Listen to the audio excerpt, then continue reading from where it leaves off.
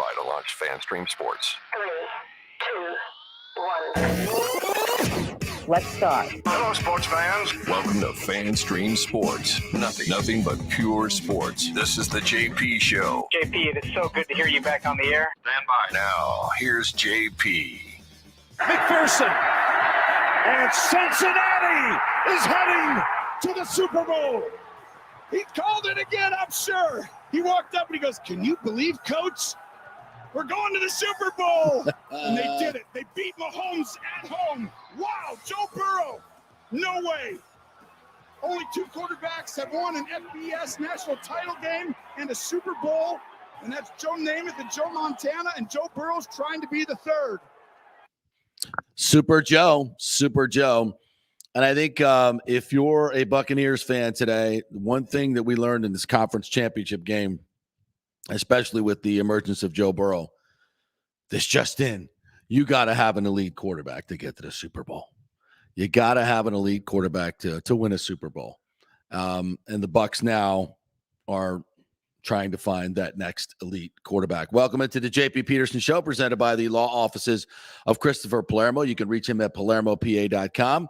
Nick Geddes joins me here from Outkick.com. Good morning to you, sir.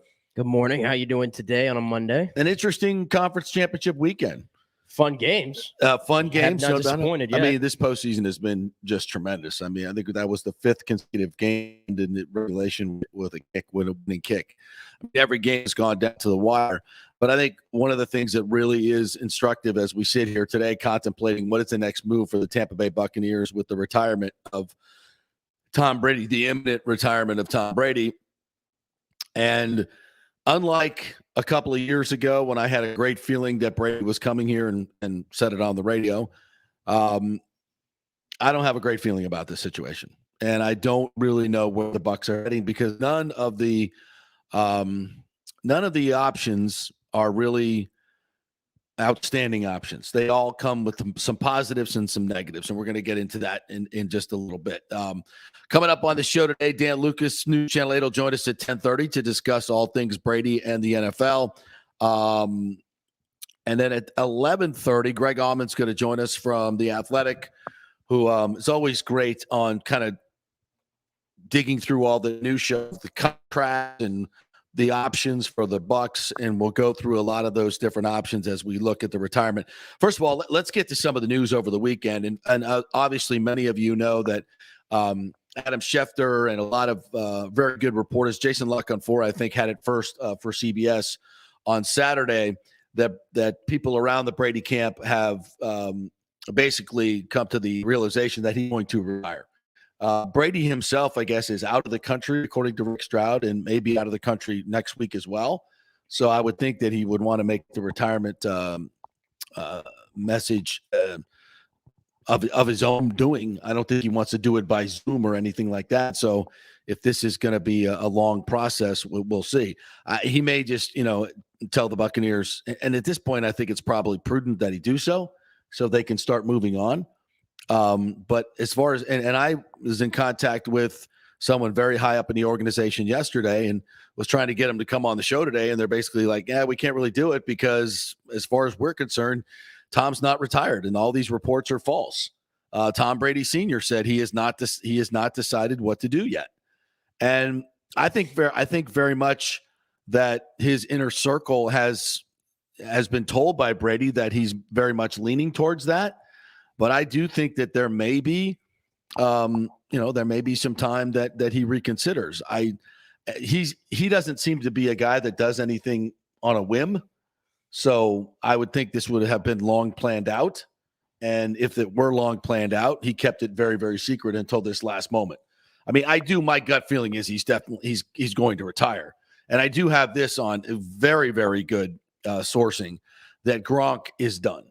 Gronk is done. He's not coming back. Of course, he said that before, too. He did retire before.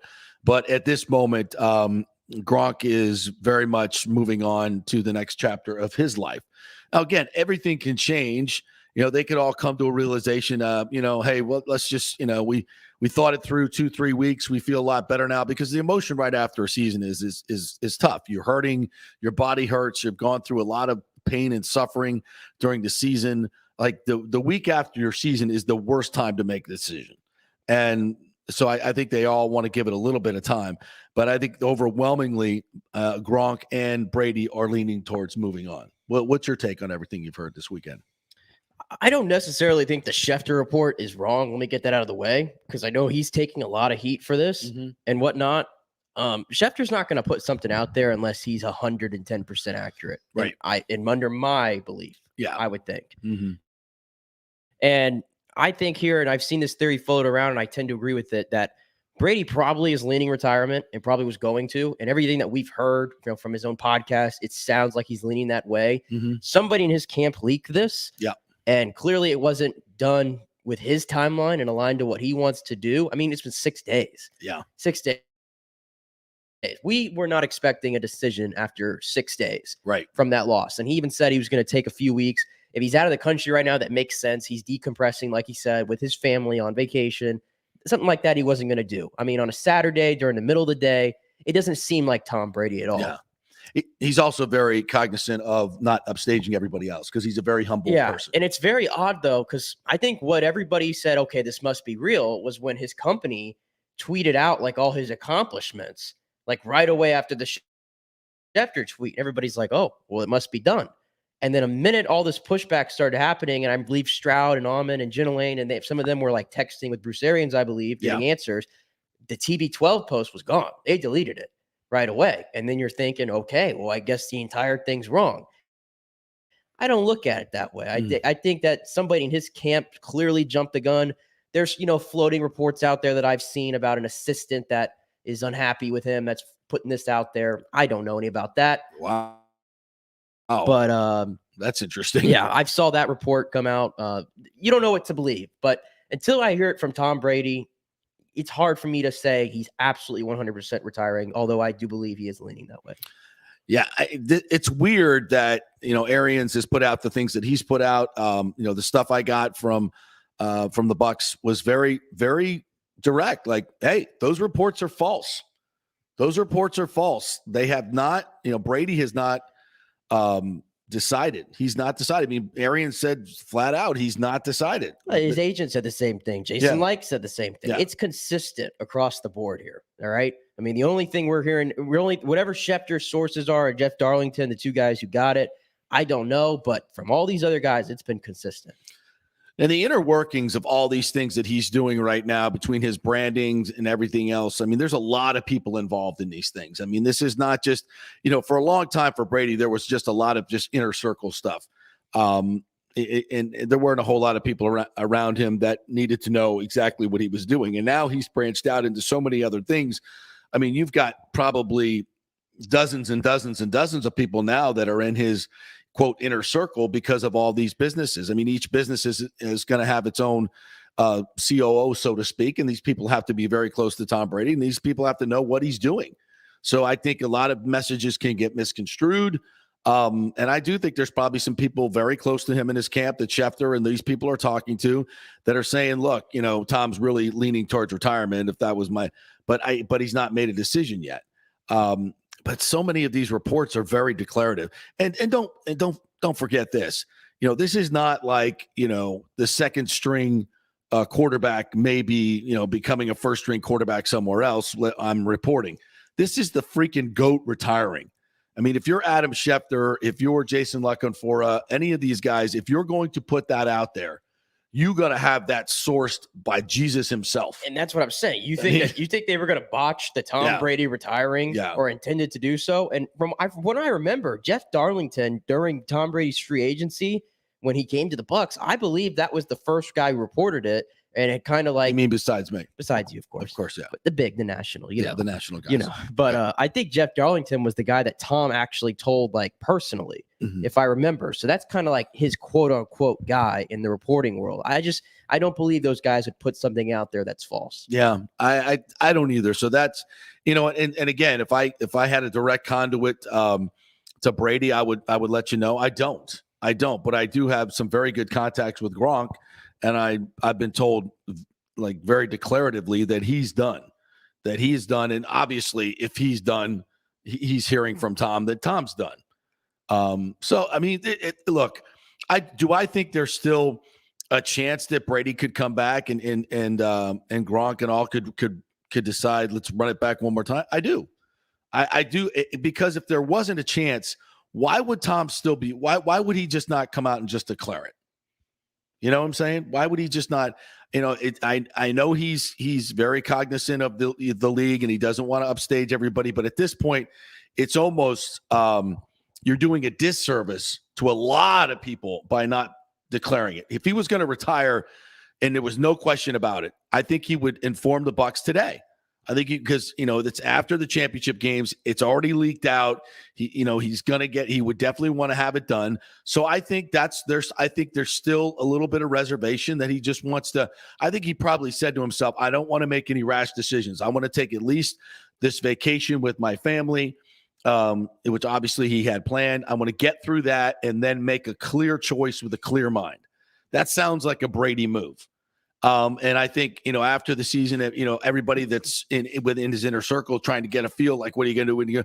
I think he probably told all of them, look, I'm 99.9% sure I'm done, but I haven't made that decision yet. And I think what pounding this is the fact that he played at an MVP level.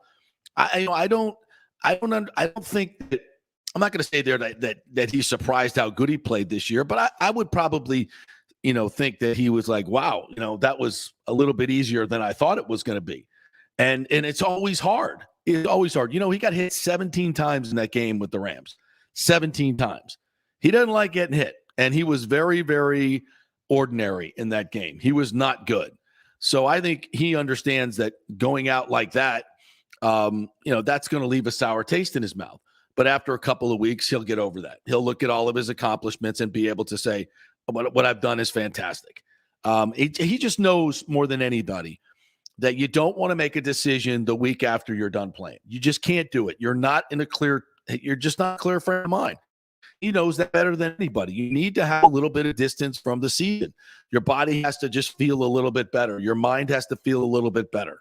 Because like Gronk said, 2 days after, everybody wants to retire 2 days after the season if you don't win the Super Bowl. Everybody does, because going through a season is hard. It's hellish. But as you get further into the offseason, you know what? You miss it. You start to miss it. You start to miss the competitiveness of it. And this is all compounded by Brady's relationship with his family. And here's the thing: I've had conversations with a lot of different people this weekend about this. And, I thought, even people on Twitter, like, Tom goes home at night. He's like the rest of us. We work long hours. He can still be a dad and a husband while he's playing football. He only works 6-7 months of the year. And that's a take I completely understand. I get that. But you don't understand Tom Brady, because he is so maniacal about his preparation. He's not home at night. He's not emotionally available for his family during the season, for his kids, or not like he wants to be. He said that, he wants to do everything to an excellent level. And he knows you can't be an excellent husband and an excellent father and an excellent quarterback. Not the way he does it. And on the flip side of that, I don't even know if I even really buy into that theory, because it's not like he's just playing football and he gets home and it's over. Right. For Tom Brady. Exactly. It's never over for Tom Brady. Never over. I mean, with all the businesses that he's dipped into now and that he's fully invested in, his own TB12 company, the new Brady line that he's promoting, I'm sure, I have no idea who else probably wants to fly him in to do this interview and this appearance and that. It's not. I mean, you can't even imagine it. And for a guy who's been doing it like that for the better part of 20 years, I mean, at what point is it like enough? You just want to relax. Yeah. And I know obviously he said that, and his wife would love to see him just make that announcement. Yeah. And like I said, I still expect it to probably happen. If you're a Bucs fan, I know you're probably trying to cling on to any hope right now, but I don't know. I really don't know right now about that. All right. So that's where we stand as far as all these reports. And now I want to get to the thing that I think most Bucs fans want to talk about is what's next. What's next for the Buccaneers? And I've been, kind of working on this yesterday and working on this today to try to get a feel for what is the best situation for the Bucs right now. I mean, obviously, the number one situation would be for Brady to come back for another year, because that everything is set up for that. I believe that the roster, as it is composed today, can still be relatively the same. I'm not like bringing back 22 starters. Frankly, I don't think you want to bring back all 22 starters. I think you can upgrade in certain positions. JPP played with with the torn rotator cuff and a lot of issues this year. I think, I just think his body is done. As much as I love that dude's heart, I just think he's done. You could upgrade there. They can upgrade in the back end with some better cover corners. They can get some depth along the offensive line. They could definitely upgrade the outside receiver position that was left vacant by AB. There's a lot of things you can do, and I think you can do it within the salary cap, especially where Brady is right now. So I think that would be the number one option. Slim to none right now, I think, is that chance. Second option, elevate Kyle Trask, who you took in the second round. Look, I was very high on Kyle Trask. I mean, you watch the way he played at Florida. He's a very intriguing prospect. I'm not going to really judge him on anything I saw in preseason because it wasn't great. I saw a couple of practices. He was really, really good. But then as things ramped up, the speed ramped up, the complexity of the defenses ramped up, he kind of faded away. But he was also inactive every game. He wasn't getting any snaps in practice. So he's a blank slate to me. Do I think that he can be a Super Bowl winning quarterback? Doubtful. Right now, you look around the league, and it's one of the things we talked about at the beginning with Joe Burrow. Joe Burrow just elevated a team that had 4 wins last year. Of course, he was hurt. Even the year before, he was the number 1 overall pick because they were the worst team in the league. From the worst team in the league to a Super Bowl berth in 2 years, and really won because he was injured the other year. And certainly he was learning at the NFL level, et cetera, et cetera. But this just tells you need to have an elite thrower of the football. Now, is Kyle Trask that guy? Very accurate. He throws a very, very accurate ball. And I look at him and I compare him to Joe Burrow. Trask, I mean, he's been through a lot. Joe Burrow's got a gunslinger mentality about him. He's got an attitude about him that is really Brady-esque to me. I mean, he just strikes me like that type of confident player. Can Kyle Trask be that? He can be. Gut feeling, probably not. I don't think he's an elite thrower of the football like Burrow is. Pretty damn good. And, you get him with Arians and everybody, and he's the focus. I think he could be a really good quarterback. I just don't know if he's next level. I give it a 1% chance at best, that he's under center for game 1. Yeah.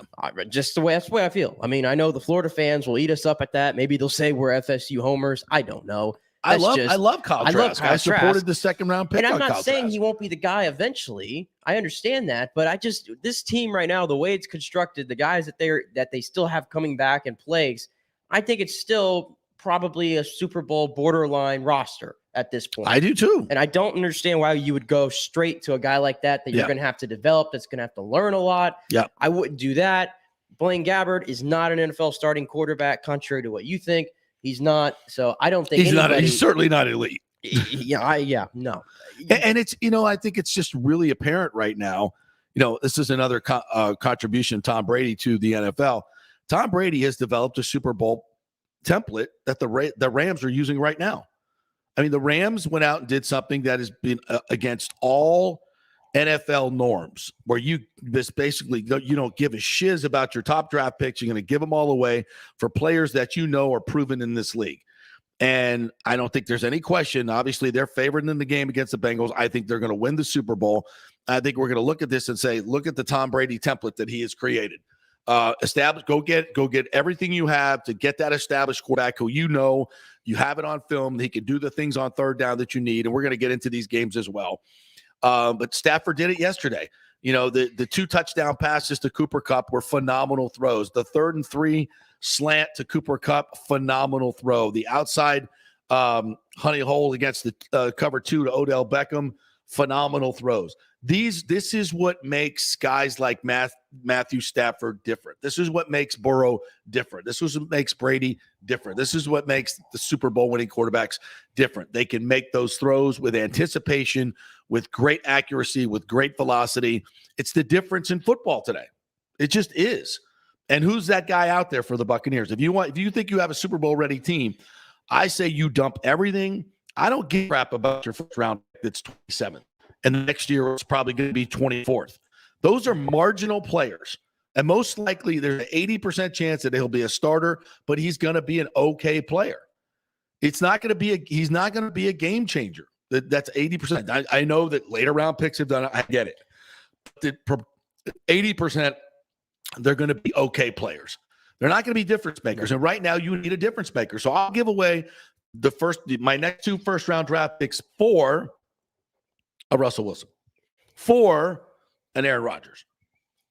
And that's it. Full stop. There's nobody else.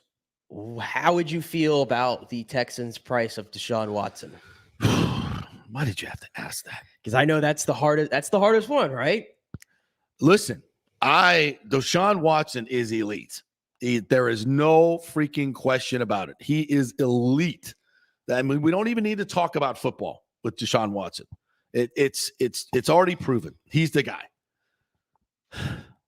But there's too many variables. The NFL or Deshaun Watson needs to clean up his business.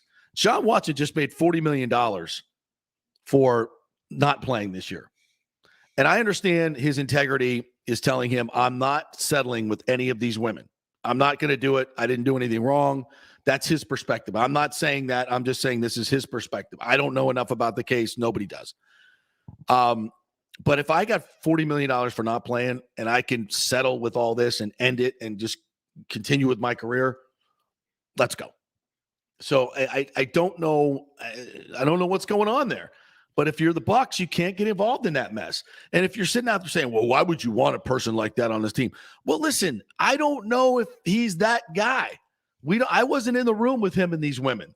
I don't know if all these women who have collectively come together suddenly, there's a lot about this case that does not make sense. Like none of it makes any sense. But, a lot of these sexual predators, Darren Sharper, some of these others, none of that makes Bill Cosby. That don't make sense to me either. Why would somebody so rich who could buy whatever the hell they want do something so horrible? I don't get it. Now, Deshaun Watson never showed any part of that character in his life. I don't know why we're getting off on this tangent, but it's too much there. From an optics standpoint, given what the Bucs have, the crow they've had to eat in the last month or so, especially Bruce Arians and Jason Licht, that's what makes it unlikely. Yeah, I think you have to inquire. You're looking for a quarterback because he is out there. You know that he wants to be traded, and we know what the asking price is already. We get that. And Bruce Arians, I think, would probably love to work with him, but it's a nightmare from an optics standpoint at the moment for the Bucs.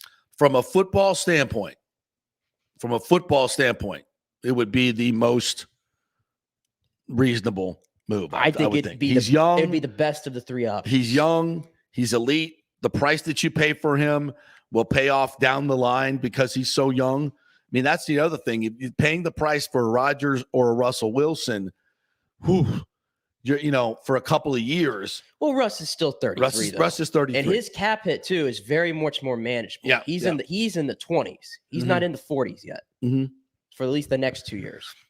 That would be great.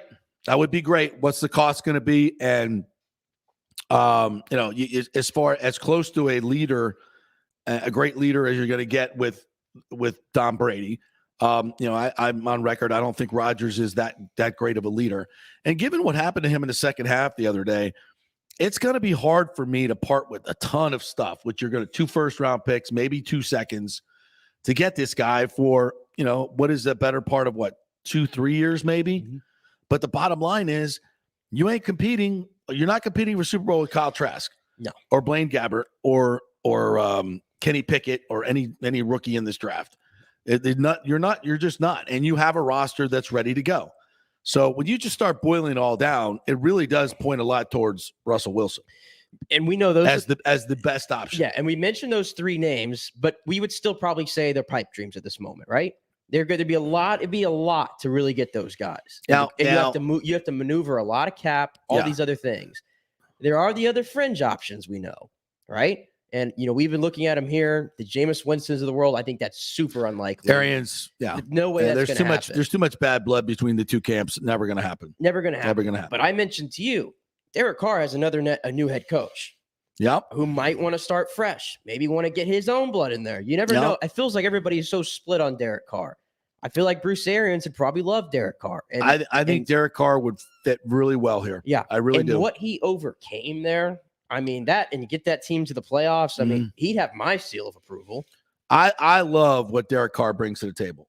He's got a lot of the moxie that you love in your quarterback. I think he's a really good leader. He says all the right things. And I mean, in a situation this year that was untenable for any quarterback, he thrived. He led his team through a lot of crap. 100%. I would, and the cost for Derek Carr would probably be much less. And he's what? He's 30 or 31 right now. Yeah. So, and he's just kind of coming into his prime as a quarterback. I like a lot of what I see. And none of these guys are perfect options. I mean, you could pick apart any of them, but you got to have somebody behind center. What is your best option and your risk reward on what you have to give up to get them? So please do not come at me with Carson Wentz.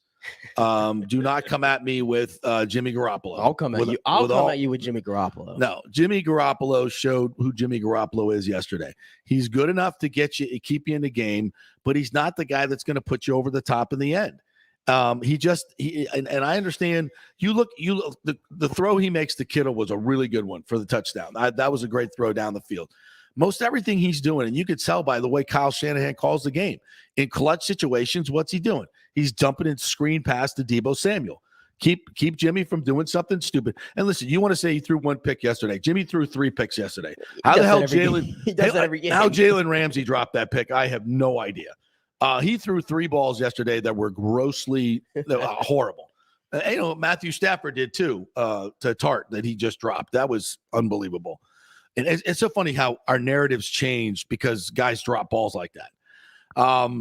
And even the last one for Jimmy G, that running back could have caught that ball. He did a hell of a job getting out of that mess, and probably should have thrown it at his feet instead of high. But you're getting tackled; it's hard to do.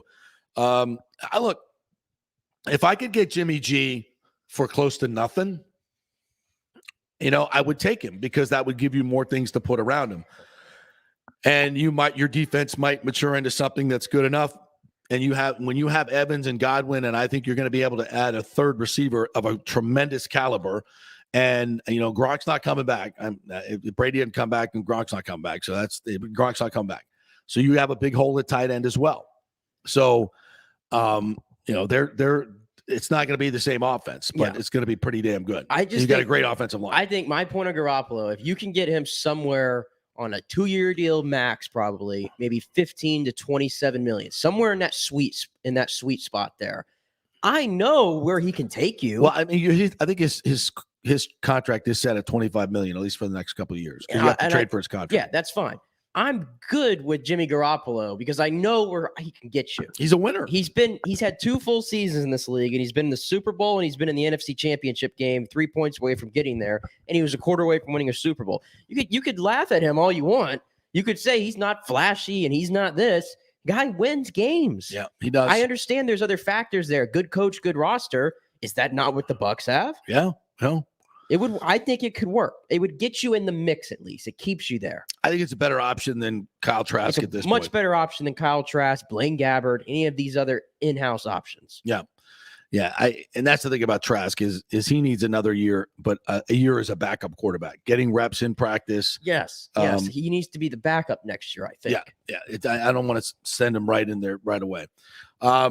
All right, so we kind of covered what the next options are for the Bucs. We covered, the fact that, is Brady retiring? What are the signals saying? We got a lot to get to in these 2 games that were played yesterday, but I wanted to get to the local stuff that has the most interest for you guys. So we hope we did you right in that sentence. And listen, if I would love to come on here like we did last time and tell you I have a really strong feeling Tom Brady's coming here. I have a really strong feeling who the next guy is. I just don't. I don't think the signs are out there. I don't think the information is available yet, first and foremost, as Tom done. So I still think there's a lot of ingredients into a decision like this that need to be made before I can make any type of educated guess on who's going to be the next guy or who should be the next guy. But I think what we just talked about is about as good as you can get right now. We'll have Greg Auman on a bit later to get his take on this. And coming up next, Dan Lucas from WFLA will join us. And reminding you that we are brought to you by Christopher Palermo, PA. And if you have any issues with your home construction, your office construction, He's the guy to talk to. Storm damage, sinkhole damage, anything like that. He's your guy at PalermoPA.com. Back in 3. Stay with us.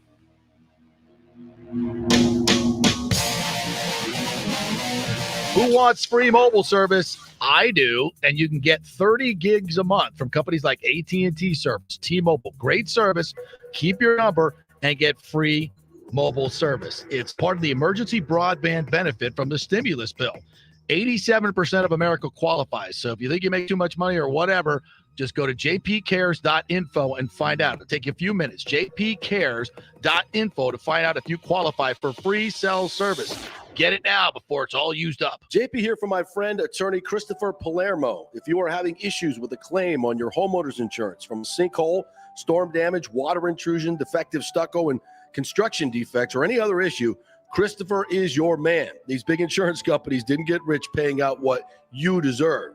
Chris founded his practice in 2009 with a passion to help all Floridians with disputes where they were forced to take on the powerful and needed a champion in their corner.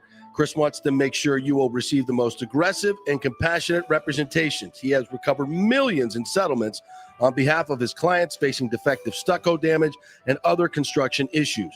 So call Chris, mention the JP Show, and he will give you a free consultation. That's 813-221-5636, or go to Palermo.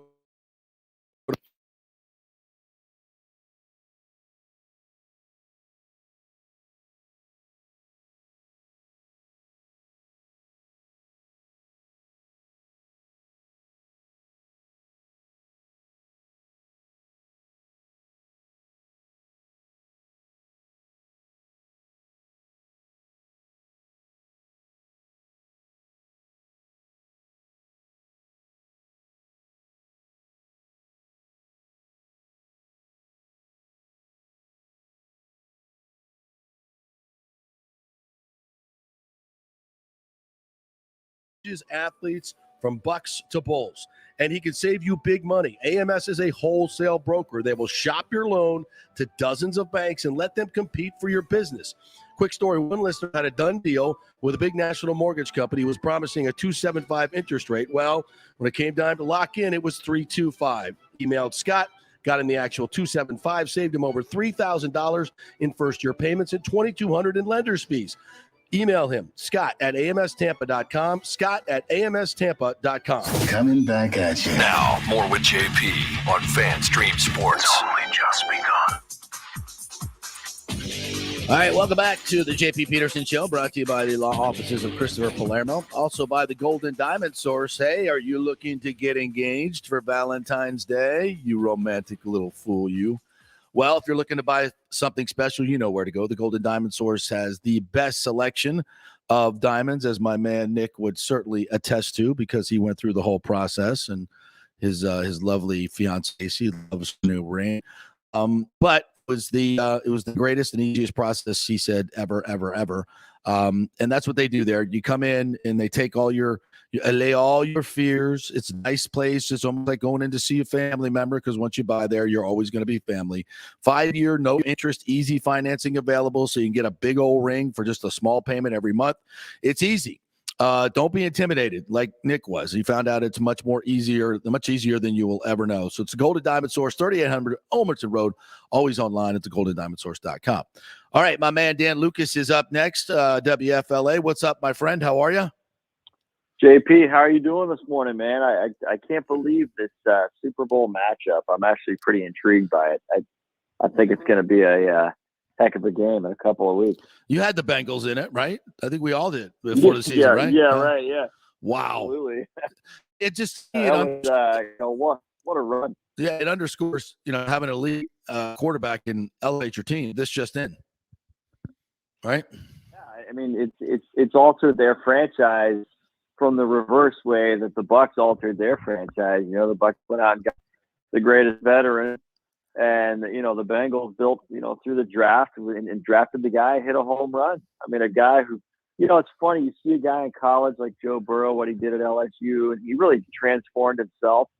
But you always think to yourself, well, we'll see what happens when he gets to the league. We've seen so many examples of it not working, and this guy just rallied the room and gets it done, and he's got a skill set that's it's it's above average, but it's not. He doesn't have the Trevor Lawrence Right. skills. But he's got the supporting cast and the veterans, and they just got the right mix. I enjoy watching when football teams, get that formula and just make it work. And even when they won the AFC North, I found myself going, yeah, well, we'll see what happens in the playoffs. The AFC North had a down year, but man, now in hindsight, this should not have been a surprise. The Bengals are that good. Well, I thought they'd get blown out by the Chiefs, to be honest. I thought their defensive line would just devour Burrow. And you know what? They did. But he escaped time and time again. That was what surprised me about Burrow. He made a couple of escapes and runs for first downs that were Deshaun Watson-esque, Mahomes-esque. Yeah. I mean, I had not seen that part of his game. And if he can throw that in there, I mean, he was tougher to take down than Big Ben. That was in huge moments. It's almost like it was almost the heart of Joe Burrow saying, I'm not going down. And he's got that cockiness that is very Brady-esque to me. He's got that vibe. Do you think? Yeah, I agree. And there's the word I use is almost like a naive a thing that a lot of times when a young player, and it happens a lot in baseball too for pitchers, when a young guy comes in and dominates early, he just doesn't know any different. So he's doing what feels right, and it's working. And it's great to see. I love it. I just watch the Bengals through this playoffs. And on the flip side, I can't believe what the Chiefs now. This is, in a number of games, what is going on in these second halves? Wow. Offensively, the inability to not only adjust, but to provide answers and stop, momentum building these leads and not hanging on to them. It's very mind-boggling with Eric Bieniemy trying to run things and being a great offensive coordinator, why it's not working, especially with Mahomes, who can do it with his feet and his arms, and everybody recognizing what's happening, not being able to stop it. That to me is baffling from the Chiefs' perspective. Well, it's like within the first half, it looked like he played within the offense, right? He was throwing on time, doing what he's supposed to do. And then the second half, it was like just every play was quick look. I'm going to start running around like a chicken with my head cut off. It was, and they're rushing 3, so I have time, but then they would bring 4 late, and then he would get sacked. It was almost like he's like, oh, they're not going to sack me. I'm just going to run around here and make a play. And I saw a couple times, especially in that last drive, they had second down and goal from the 4. He had Kelsey wide open in the middle off the jump, didn't make the throw. Third down, same thing. And I saw Kelsey walking off the field with his head just like shaking his head, like what the hell are you doing back there, man? It's almost like he's just become this arrogant guy that, look, I'm going to run around and I'm going to throw it sidearm and I'm going to make my play and everybody's going to talk about me instead of just running the damn offense. Like, what is going on with it? He had a 1.4 quarterback rating in the second half. How does that happen? Yeah, and in football, when a play is broken, everybody has kind of there's still assignments in play when a play is busted. And there's now, instead of your route, you're now looking for an area. This is, if you're down the field or come back towards the quarterback, things you're taught when you're young. That's what everybody's doing down the field. All it is now is just a matter of Mahomes finding you. And like you said, somebody's going to be there. Yeah. You got to find them. And I know he's under duress, and I know he's running one side or the other, which is difficult to throw, but he's made those throws time and time again. So, a busted play, is it busted because the coverage was that good earlier, or because Mahomes flushed himself out earlier? Exactly. And now everybody's kind of in the middle of the play. You're Kelsey going, "Oh my God, man, just stand in the pocket." Right. Exactly. That's probably what he was thinking. Yes. On that particular play. Yeah. It's a lot of breakdowns, and Andy Reid has to have some culpability here too. I think this is his 6th. He's 6 out of 8 in conference championship games now. Or that may be wrong. It's just he's not had a lot of success in situations and in teams that were pretty damn good. And that call that he made at right for the half was just brutal.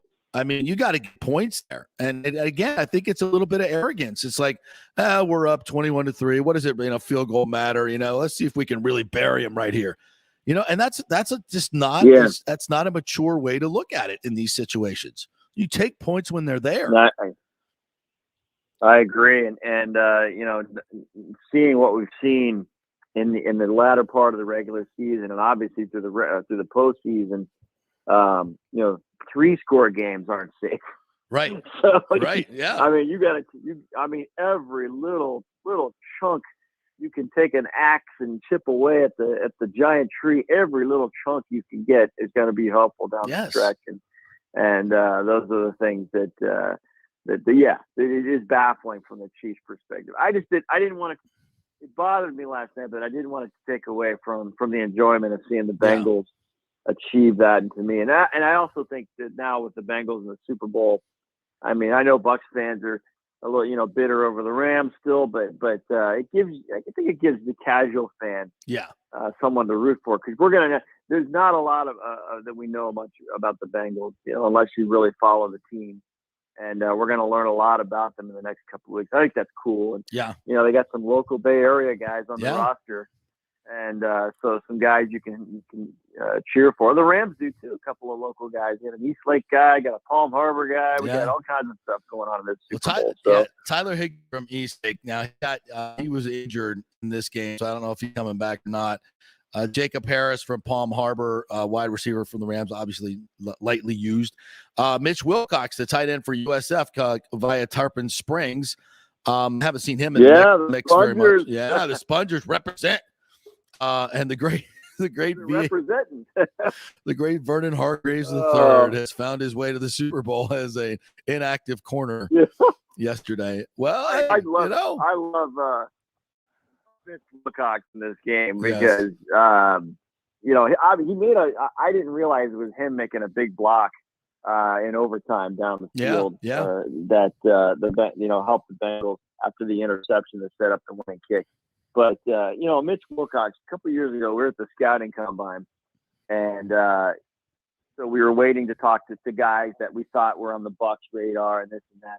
And off to the side area are the lesser prospect guy. They have it set up with podiums for the bigger name guys, and then there's side tables for your scrums with the lesser players or whatever. Mm-hmm. So there's Mitch Wilcox over there sitting at a table all by himself, and so I'm like, you know what? Let's go, man. USF, baby. Let's go talk to him a little bit. And he recognized us. He jumped up and he was excited to talk to us and happy to be there. And told it's a great story. He goes out in his first workout and he gets hit in the face with the football. Do you remember that video of Mitch Wilcox? One of the drills, he goes goes through his hands, hits him in the face. I'm just like, oh my God, this poor kid. He latches on. He does his time, and he's a worker. This is the result for him. He's going to play in the Super Bowl. So if the Bengals wind up winning the Super Bowl, that's one of the few good stories to take out of it. Yeah, absolutely. Dan Lucas joining us here, News Channel 8. All right, I got to ask you as a reporter, and on your day off on freaking Gasparilla Saturday, I don't know about you, but I'm out there, on freaking Bayshore with, double fisting, and it was like, oh God, really? Today we got to deal with Brady retiring? Seriously? So, but then the best part is JP. The best part about that, JP, is you were doing that. Tom Brady was probably fisting double somewhere, avocado and tequila. Going, oh God. Today, not today. Yeah, exactly. Well, how did you guys handle it at News Channel 8? I mean, you got these great reporters like La Canfora and these other. I hate to say that about Schefter, but yeah, I mean, he's one of the leading reporters. So the information is good, but then I'm texting people in the Bucs organization, high up in the organization, and they're saying, no, this is a false report. He has not decided. We have talked to Tom, and he has literally told us he has not decided. Like, what do you do with that? My first reaction was to talk to people within the Bucs that I know, and I got the same thing. And they said, no, he hasn't said anything to us. And now I'm scratching my head over this because the people who are putting this out there are, like you said, they're not only known, they're reputable, right? And they have a lot to lose by getting this wrong. This is one of the handful of stories that can break a journalism career. Yes, don't F this up. Right. So you would have to think, if you put yourself in their shoes, you make a damn sure you got it lined up before you put it out there, because you're going to get ripped and ripped and ripped, especially if it winds up being false. But and then yesterday, everybody doubled down. Nobody backed off. They changed the wording, right? Saying, well, he's expected to and he's planning to, this and that and the other. But us as a station, I was within the Bucs organization and just kind of reporting to my people. And I was at a soccer tournament in Lakewood Ranch, by the way. That's where I was. It was a great day out in the freezing cold wind, and I'm just trying to talk on the phone, and the wind's blowing everywhere. Right. And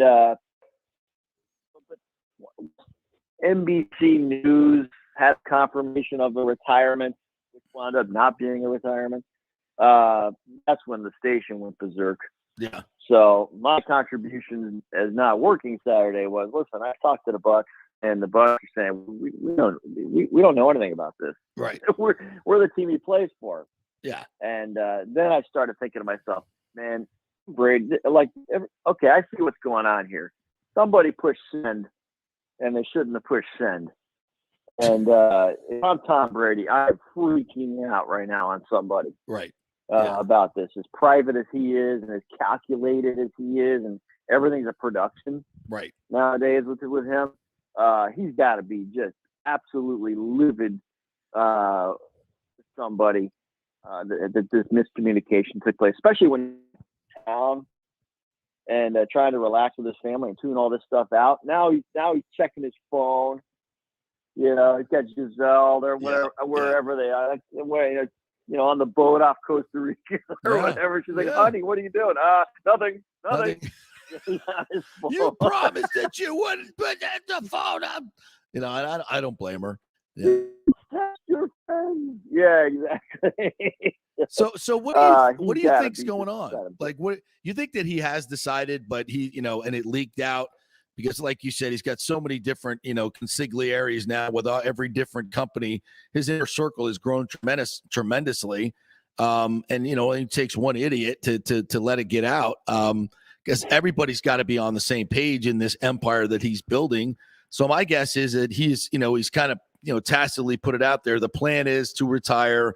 The announcement's going to come in like 2 weeks when he gets back from his vacation, blah, blah, blah, blah, blah. But Tom is probably right now pissed that it leaked out, and the organization is pissed that it leaked out because they have a plan for this whole thing, right? And now that plan's gone right out the door, and he's pissed about it. So he's trying to salvage his plan and keep it on his timeline while not saying necessarily that it's untrue. Right? That's kind of my guess of what's going on right now. What is your thought? Yeah, I agree, but I think that. I still think, based on the wording that Jason Light provided, saying that Tom got in touch with him and said he's not even close to making his decision, all of a sudden I'm going, well, this doesn't add up. No. All these journalists are saying that it's happening, and Tom Brady says to the GM, I'm not there yet. Right. I think that going out, maybe he really is 50-50 right now. And it's just lining up the ducks in case he just wakes up one morning and goes, yep, I'm done. Yeah. And then they can just go ahead and launch their plan. So the plan was being created for sure.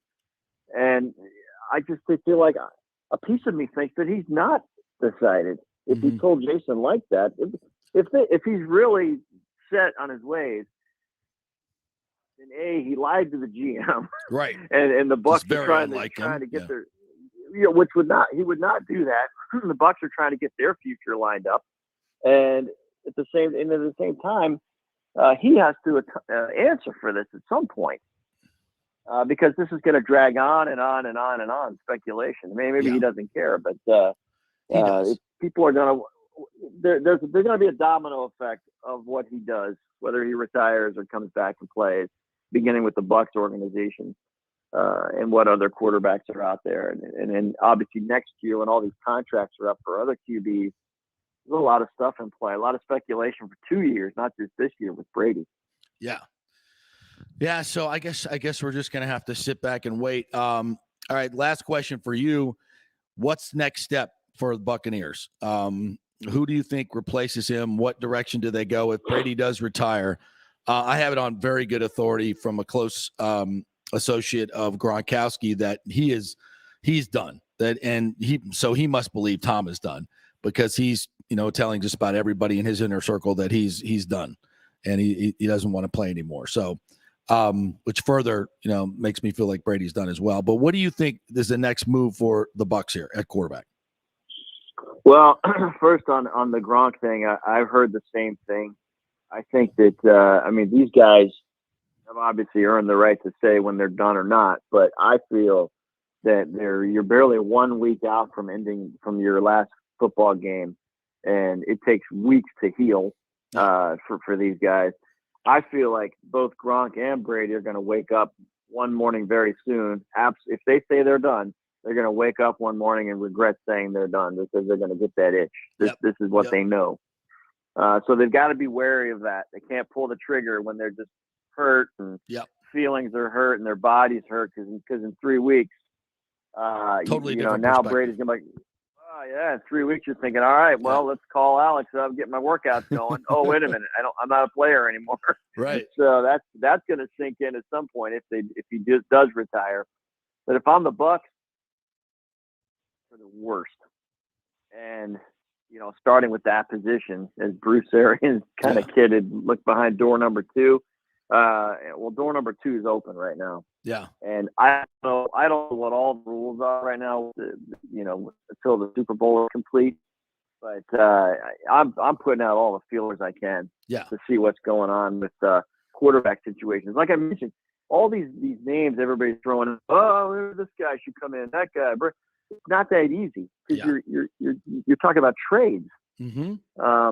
I believe with Bridgewater is a free agent. I think he's the only one on the free agent list that you would look at and go, okay, kick the tires. But everything else is deals that have to be made. And I believe the Bucs play the Packers in the regular season next year. So if you were entertaining that, Green Bay would be like, hell no, just for that reason. So I'm worried about the quarterback position first. You've got weeks until that tampering period on free agency. You want to line your own guys up as much as you can. Yep. The cap is not as big a deal as it was last year, but they have got to have a place for the quarterback because I think they could try and go outside and find other free agents. I think that the Juju, Schuster. No. I think those guys are possibly in play and could be very enticing, not only to a quarterback, but the Bucs at this high elite level. Yeah, we went through all the different machinations, and I don't have a strong favorite in any of them because they all come with pluses and minuses. And I think I've kind of settled on, I think their best case scenario would be Russell Wilson. I think this team is ready to win. I think that this roster is good enough to get back to the Super Bowl with the guys that you can bring back. I don't think it's a total rebuild at this point because you have Evans still in his prime. I think Godwin's going to come back and be solid. I think he's a great receiver. I think he'll be back from injury. You got one of the best offensive lines. You got some good running backs lined up. I think this defense is still emerging. Levant has got at least one more year left in him. I still think this is a roster that's good enough to win, and I don't want to turn it over to Kyle Trask just yet. I want a guy that can come in here, and I'm willing to give up, the 27th pick in this draft and probably another low first round pick next year to get a Russell Wilson who's 33 instead of a Rodgers who's going to cost you a hell of a lot more and will be 38, 39, and I'm not. He's got great talent, but that second half the other day was awful. So I don't know. I just think that I'm not selling out for Russ, but that to me seems like the most logical thing if you can get him. So what do you think? I heard a lot about Russell Wilson too, and I've always enjoyed Russell Wilson throughout his career. The one thing he's always done, and it goes back to our Jameis nightmares, is he protects the football. Yep. And he will make plays with his feet as well, and that's not really Bruce Arians' thing. But thinking about all the times that Brady got into trouble and wound up having to run, where that's not an issue with Wilson. Right. I think he can turn those into some big moments. And I think that when you look at Chris Godwin's situation, hopefully he's progressing nicely and can be close to 100% as possible. If you say to Chris Godwin, listen, Russell Wilson's coming in, we're ready to go. This is not a rebuild. I'm excited if I'm Chris Godwin. Right. About re-signing. So yeah, I think that's great. And like you said, it's going to cost something, and we've discussed that, but probably less than the other names for sure. Yep. That I was looking around. You look at everybody, even a Baker Mayfield, as I chuckle. He's gonna make $18 million this year. The Browns are moving forward with him, so I don't really think he's touchable. But remember, Bruce Arians wanted to coach him. Yeah. And so I'm good. I'm good. Thanks. With my Baker. Plus, I don't want my commercials. I don't want to live at Raymond James Stadium either. I don't want to live in there and get in too much trouble over there. It's too close to 2001. Yeah, Baker, see that flying saucer? Stay out of that saucer. Stay out of the flying saucer. Yeah, there. You're good. He'll good. be Remember this. Go ahead. Remember this, JP. The NFC South. Yeah, true. I think 10 wins probably takes care of business in But have you seen the schedule next year? Brutal. Oh my God, it's unbelievable. I'll just go through it. They've got the Rams, the Packers, the Chiefs. These are their home games. By the way, get your home tickets if we have a quarterback. And this may have factored into Brady's decision. Seriously. The Packers, the Chiefs, the Rams, the Seahawks, the Bengals, and the Ravens are coming to town next year. And on the road, the Cardinals, the Niners, the Steelers, the Browns, the Cowboys. Jiminy Christmas. Like, how the F can you even get 10 wins out of that? With Russell Wilson? You got to find a way to get to 10. Find a way. I sound like Raheem Morris. You got to get to 10. I think you win the NFC South with 10. And so that could be a You could win the NFC South with 7 next year. You could go 7-10 and win it. With this 7-10, we run the South, baby. But that schedule is just, that's ridiculous. That's the hardest schedule I think I've ever seen in football, to be quite honest. That's brutal. And two things come into play there. That's luck of the draw when it comes to your rotation, right? Of which divisions you play, and those black holes that are made for the matchups where you play the teams that are at your same finishing the first spot. place team. First place gonna play first place and on down.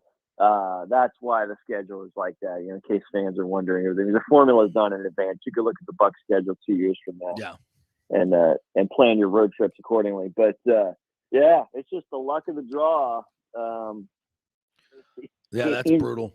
Next year, all 4 of your conference, your semifinalists, are taking on the Bucs next year. But I think the Bucs can beat all 4 of them. Yeah. Especially if the quarterback position is solidified. The Bucs are that good. They were unlucky, JP. I honestly feel like the injuries have been in. Yeah. I feel like they went above and beyond in spite of. Oh, I agree. I think some of the other teams in the upper echelon, if they suffer the injuries the Bucs had, they're in the tank. Yeah. So the Bucs did what they did, considering, and Brady was a big part of that. So now you got to replace him with something that can resemble some type of veteran leadership to work with these veterans coming back. All right, my man. Tell everybody what's going on at News Channel 8. Pimp some of your content there, my friend. Well, we got the spies looking for Brady catching tarpon somewhere off Costa Rica or wherever the hell he is. Oh, nicely done. Got the NBC drones up. All right, I'm all for that. sure Rappaport will have video of him in the canals in Venice or something tonight. This brings up topless Giselle possibilities. I mean, wait a minute. What are we talking about here? Exactly. You won't see that on News Channel 8. We've dispatched ace videographer Bob Hansen to lightning practice. It begins in 1 minute. Yes. To see Nikita Kucherov's back out there from the COVID protocol. It'd be nice to have him at least play tomorrow night before they go on that little break, but we'll see what happens. And then speaking of football, back-to-back conference champions, Tampa Bay Rowdies, opened up preseason camp today. Ooh. In chilly St. Pete. So wow. Everything's cooking full speed around here, even though we're all depressed about the Bucs not being in the Super Bowl. All right, cool. We'll be looking for that Tom fishing with Giselle in Costa Rica footage that's blurred out. You got clothing optional. Clothing Exactly. optional. All right, my friend. Good stuff. We'll check in with you next week, buddy. Yeah, great Dan Luke right there, WFLA. All right. I want to remind you, if you are in the refinance market right now, none better than my good friend Scott Fitzgerald at American Mortgage Services. He was on the show with us last week and told us, look, rates are going to be in the fives very, very soon. He said they should already be in the fives, but they're still holding in the mid threes. So if you're looking to refinance, and the numbers in Tampa Bay are 25%. Most properties have gone up in the Tampa Bay area in the last year. That's just insane. That's the highest in the nation. But that means you got more money available in your house if you want to refinance. Now, Scott's going to pay for your appraisal as well, so that keeps your upfront fees down $500 to $700 if you mention this show. So that helps you. Just call him and find out what the numbers are. He'll take care of all that. It's basically free to do so. So just get him your information. He'll give you what your options are, how much money you can get out, what the rate's going to be, and still mid threes. So take advantage of it now. It can save you tens of thousands of dollars over the life of your loan and a lot of money up front because he doesn't charge those upfront fees. So contact him, Scott at amstampa.com, Scott at amstampa.com. All right, quick break. When we come back, we'll dig into a little bit more of these conference championship games. We've talked a lot of Brady, but how the hell did Burrow get this done yesterday? And what about the Rams? How good are they, and can they take this all the way? Is Matthew Stafford the guy? We'll talk about that next.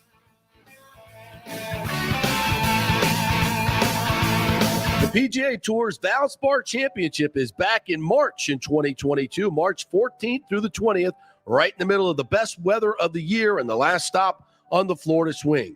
The Valspar has become one of the must-do events on the Tampa Bay sports and social calendar, so get your best tickets before they sell out. The game's biggest stars love the Copperhead course in Innisbrook. Last year, we saw Dustin Johnson, Justin Thomas, Jordan Spieth. Wow, the crowds, and another star-studded field is expected again this year. Sam Burns took the title and will defend again at the Copperhead. This will be a full tournament with the return of Valspar Live, our free Saturday concert featuring Chris Young and Big and Rich, and other amenities including Chameleon Cove, the Hooters Owl's Nest, the Publix Chill Lounge, and other hospitality venues. Go to ValsparChampionship.com for tickets. The best premium hospitality areas will sell out, so don't wait. That's ValsparChampionship.com. Are you selling your home or refinancing? JP here for Greenleaf Title. You choose the title company, not the realtor, and it makes a difference. You want a reputable company that will make sure your title is safe and secure. There are a lot of scammers out there right now, so go with a trusted company like Greenleaf Title. Plus, they will close anywhere, folks, and they will send a limo to pick you up to come to the closing. Yep, the great JP Limo Closing is back. All you got to do is give them a call at 727-258-6005 or go to greenleaftitle.com. We'll have the limo for you. They'll come pick you up. Heck, we even picked up one couple, took them to Black Rock Restaurant, one of our favorite advertisers, and then to the closing. That's how they do it at Greenleaf Title. Great service. We'll close anywhere. The lowest fees in the business. 727-258-6005 or go to greenleaftitle.com. That's greenleaftitle.com. Who wants free mobile service? I do. And you can get 30 gigs a month from companies like AT&T Service, T-Mobile. Great service. Keep your number and get free mobile service. It's part of the emergency broadband benefit from the stimulus bill. 87% of America qualifies. So if you think you make too much money or whatever, just go to jpcares.info and find out. It'll take you a few minutes. jpcares.info to find out if you qualify for free cell service. Get it now before it's all used up. Attention home buyers or refinance candidates. It is a great time to purchase or refinance. Home values are going through the roof right now. You've got so much equity. Time to tap into that equity, get the cash, and make sure you're making the right financial decisions in your life. Scott Fitzgerald and American Mortgage Services in Tampa can help you out on all those fronts. I've known Fitz for over 30 years. He's done 3 of my mortgages. In fact, Scott has done over 3,000 loans in the Tampa Bay area for many of our coaches, athletes, from Bucks to Bulls. And he can save you big money. AMS is a wholesale broker. They will shop your loan to dozens of banks and let them compete for your business. Quick story, one listener had a done deal with a big national mortgage company who was promising a 2.75 interest rate. Well, when it came time to lock in, it was 3.25. Emailed Scott, got him the actual 2.75, saved him over $3,000 in first-year payments and $2,200 in lender's fees. Email him, scott@amstampa.com, scott@amstampa.com. JP here for my friend, attorney Christopher Palermo. If you are having issues with a claim on your homeowner's insurance from a sinkhole, storm damage, water intrusion, defective stucco, and construction defects, or any other issue, Christopher is your man. These big insurance companies didn't get rich paying out what you deserve. Chris founded his practice in 2009 with a passion to help all Floridians with disputes where they were forced to take on the powerful and needed a champion in their corner. Chris wants to make sure you will receive the most aggressive and compassionate representations. He has recovered millions in settlements on behalf of his clients facing defective stucco damage and other construction issues. So call Chris, mention the JP Show, and he will give you a free consultation. That's 813-221-5636, or go to PalermoPA.com. He's a fifth-generation Tampanian, graduate of Jesuit High School and the University of Florida, and he cares deeply about you and the community. That's 221-5636 or PalermoPA.com. Let's go. Right now, back to the show. JP on FanStream Sports. All right, welcome back to the JP Peterson Show, presented by the law offices of Christopher Palermo. Also, our second hour is presented to you by Bay Area Modern Medical Center, a very different kind of approach to primary care, personalized preventative medicine, not one pill fits all mentality. If you're looking for a different doctor, someone with a little bit more modern philosophy, Christopher Lugo is your man. His team will set you up with all the modern approaches that they're using now, anti-aging regenerative medicine that optimizes your body performance in many areas, like testosterone replacement, hormone replacement.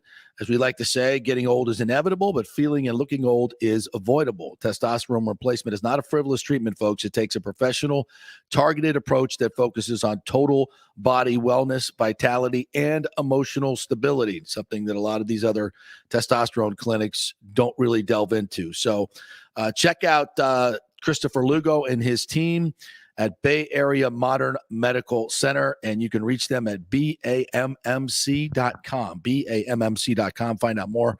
Tell them JP sent you. Very different type of approach. All right, 11:30, Greg Auman's going to join us from The Athletic. We'll get his take on what's going on with the Brady situation and where the Bucs move on from here. We wanted to look back a little bit more detailed at these two championship games yesterday that I think were very interesting. First of all, postseason has just been fantastic. I was expecting the Bengals to get maybe blown out because I just didn't feel like their offensive line would be able to protect Joe Burrow, and they didn't, quite frankly. But Burrow made plays out of the pocket yesterday that I think were unlike anything I've seen him do. He's the best quarterback that was in that game yesterday at maneuvering out of the pocket. Better than Mahomes? Than maneuvering out of the pocket. You know, if you looked at Mahomes' second half and you didn't know it was Patrick Mahomes, you would have said that's a rookie quarterback that just looks at his first read and then runs. That's what he was doing with his 1.4 quarterback rating in the second half. Yeah. He played a bad game. He was bad. I don't care what happened in the first 20 minutes of the game. You're judged by the whole 60. And for 2/3 of that game, he played bad. A bad game. Mm-hmm. And I think there's nothing wrong with saying that. No. I'm tired of cutting guys' excuses. We rip other guys up, and some guys we don't. Patrick Mahomes was bad yesterday. Yeah. And to be honest, what did we say all year long? His mechanics were off. Yep. He started getting very jumpy and wanting to run around. Looking at the rush. Yep. And he figured it out, we thought. But yesterday, he reverted back to the Mahomes that we saw through the first half of the season.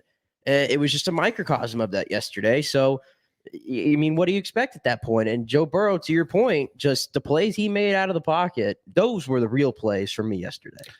And I think Andy Reid has to take some heat too. And of course, we always, look at the losing team and go, oh, what did they do wrong? And I think a lot of times we don't give the winning team credit for what they did right. That Cincinnati defense played some good defense yesterday. I mean, obviously, went to overtime. They lost the coin flip and they played defense. Almost had a pick and then got a pick the second time around as Mahomes did what? Threw into double coverage. Yeah. Well, they were getting bullied off the line the first half. That was the problem. Their defensive line, which is pretty good, honestly. They have set players there.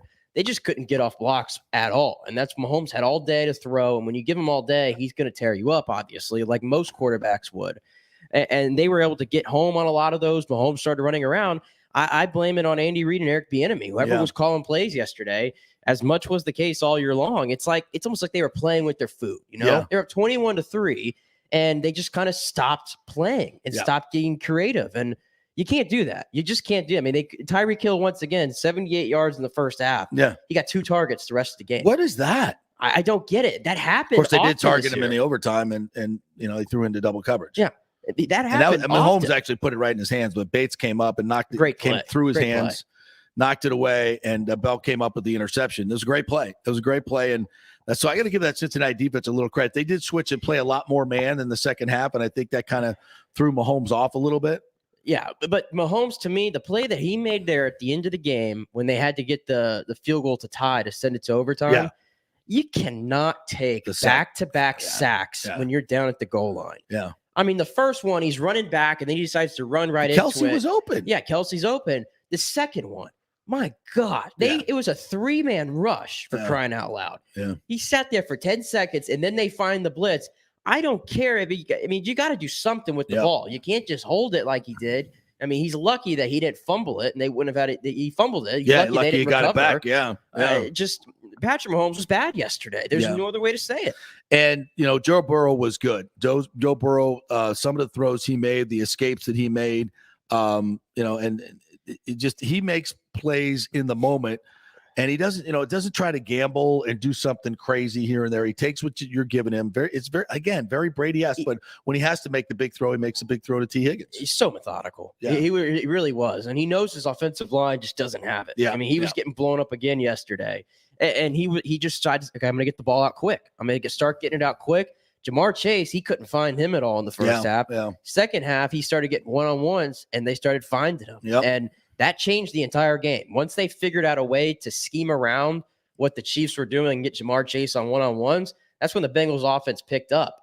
They were Zach Taylor was frustrating me because he kept running it on first down every single play, like little token runs. And it's like, just give Burrow the ball. And once they did that, they had a lot of success. And, of course, they were aided by the big man INT. I love big man INTs, by the way. Another horrible throw by I don't know what the hell Mahomes was thinking there. That was awful. All right, so the Bengals win it 27-24 in OT and did not get the ball. I mean, I know I was saying last week I want to see both teams get the ball. I'm still sticking to that. But, at least it worked out this time that both teams did get the ball, and I think that the better team won. All right, and do we have any Joe Burrow, by the way? Do we have any good sound from Joey B besides him saying that the diamonds in his necklace were real? Like, I make too much money for them to be fake, bro. Like, come on. I'm Joe Burrow. I think Joe Burrow would have fake diamonds on his neck. Come on. Yeah, we'll listen to him right here after the game with Jim Nantz. Jim Nantz. The great Jim Nantz. We've already heard that you were almost at a loss for words to put this one in your mind. We've watched you even on the coin flip. Every decision's just agonizing out there, and your defense did make plays, and you guys did too. How did you just turn a switch and turn this thing around down 21-3 as you guys matched the biggest comeback in the history of any championship game to victory? We've been a second half team all year. You don't really want to be that way, but that's kind of how it's worked out. our defense really stepped up in the second half, and on offense, we made plays when we had to. I thought the offensive line played great. We started running the ball. It's just a great overall team effort. I'm going to leave it to you for the last word. Then you can go share this with your teammates. But for a boy from Ohio to come back home and to take Cincinnati to the Super Bowl, what does this mean to the state, to Cincinnati, and to you? That's something I'm really proud of. Being from Ohio, being the quarterback of the Bengals, it's 2.5 hours from my hometown. This is something I've always wanted, playing the Super Bowl, and I couldn't be with a better group of guys. Yeah, I think we need to underscore that a little bit in this day and age of, the transfer portal and everybody, trying to pop to the greenest pasture you can find. I mean, how many people, when he was drafted by the Bengals, said, he ain't going to play for the Bengals? Why the hell would he want to go play for the Bengals? Like, I mean, we're too bad Joe Burrow will never see him again, And I might have been one of those voices, by the way. He from the very beginning, he was very steadfast. I'm going to go make Cincinnati a contender. Damn, son. I mean, the confidence. I mean, you just don't see confidence like that. No. It's rare. You're born with it. Some guys are born with it. And it's not fake confidence. No, it's Jameis not. Winston. And by the way, sorry, cheap shot. You're spot on. Yeah. But Joe Burrow, by the way, speaking of the transfer portal, I think he's the poster child for what the transfer portal can do for kids. I mean, back up at Ohio State for 3 years. 3 years. He wasn't good. Urban Meyer, hello. 3 years, and then one UCF player knocked the crap out of him in that Fiesta Bowl, and it flipped him. That moment just flipped him right away. Yeah. And how about this? No quarterback has ever won the Heisman, a national championship, and the Super Bowl in the history of the league. Joe Burrow has a chance to do that back to back to back with a torn ACL in the middle there. Yeah. Incredible. Yeah, that's insane. I mean, he's you look at him and he doesn't have the biggest arm, but he has incredibly that was the thing that caught me about LSU, and that's when I watched him play, I was like, this guy is the most accurate quarterback. It's not like he has a weak arm. He doesn't have a weak arm, but it doesn't blow you away, but it's so freaking accurate. He throws with such anticipation. Like, this guy's going to be a tremendous pro. And I was all for him going number one. I think, I said earlier this year, he's going to win a Super Bowl with this group. I just didn't think it would be this year. Yeah. Like, no way. No, I mean, I told you they were not going to win a playoff game. Right, I'm the worst person to take Bengals advice from. And I go back to the entire year. Who was everybody talking about? We were falling over ourselves for Kyler Murray. Yep. We're falling over ourselves for Justin Herbert, for Lamar Jackson. For all those guys haven't won squat. Yeah. Haven't won squat. And you can't tell me they didn't have a better team than the Bengals. And they have better rosters than the Bengals. No the Bengals question. roster No still question. has work to do, and Joe Burrow has elevated all of it. Yeah. That's why, it's a lesson to all of us. And when the Bucs go through this, it's like, stop toiling with trying to build Burrow's a great example of drafting a quarterback, but the Bucs aren't getting to the number one overall pick. And there's nobody in this draft that's Joe Burrow. And I haven't even looked at next year's draft. So trying to find that guy out of college is like literally trying to find a needle in a haystack. I think it's much better to expend as much capital as you can, or just draft pick, give me Matthew Stafford. I see something in this guy. I can evaluate it for 12 years in the NFL. I know what he can do. I can plug him in my system, and I know he's going to give me those third down plays that I have to have. And that's exactly what the Rams did. And we all said they gave up too much. Evidently not. No, and that'll segue now as we go to the Rams game. How about yesterday? 1 year to the day that they acquired Matthew Stafford. Yep. I mean, it's crazy how the world works, right? Yep. I mean, and yesterday, Matthew Stafford, I think we can honestly say, regardless of what happens in the Super Bowl, he has shed the reputation. Yes.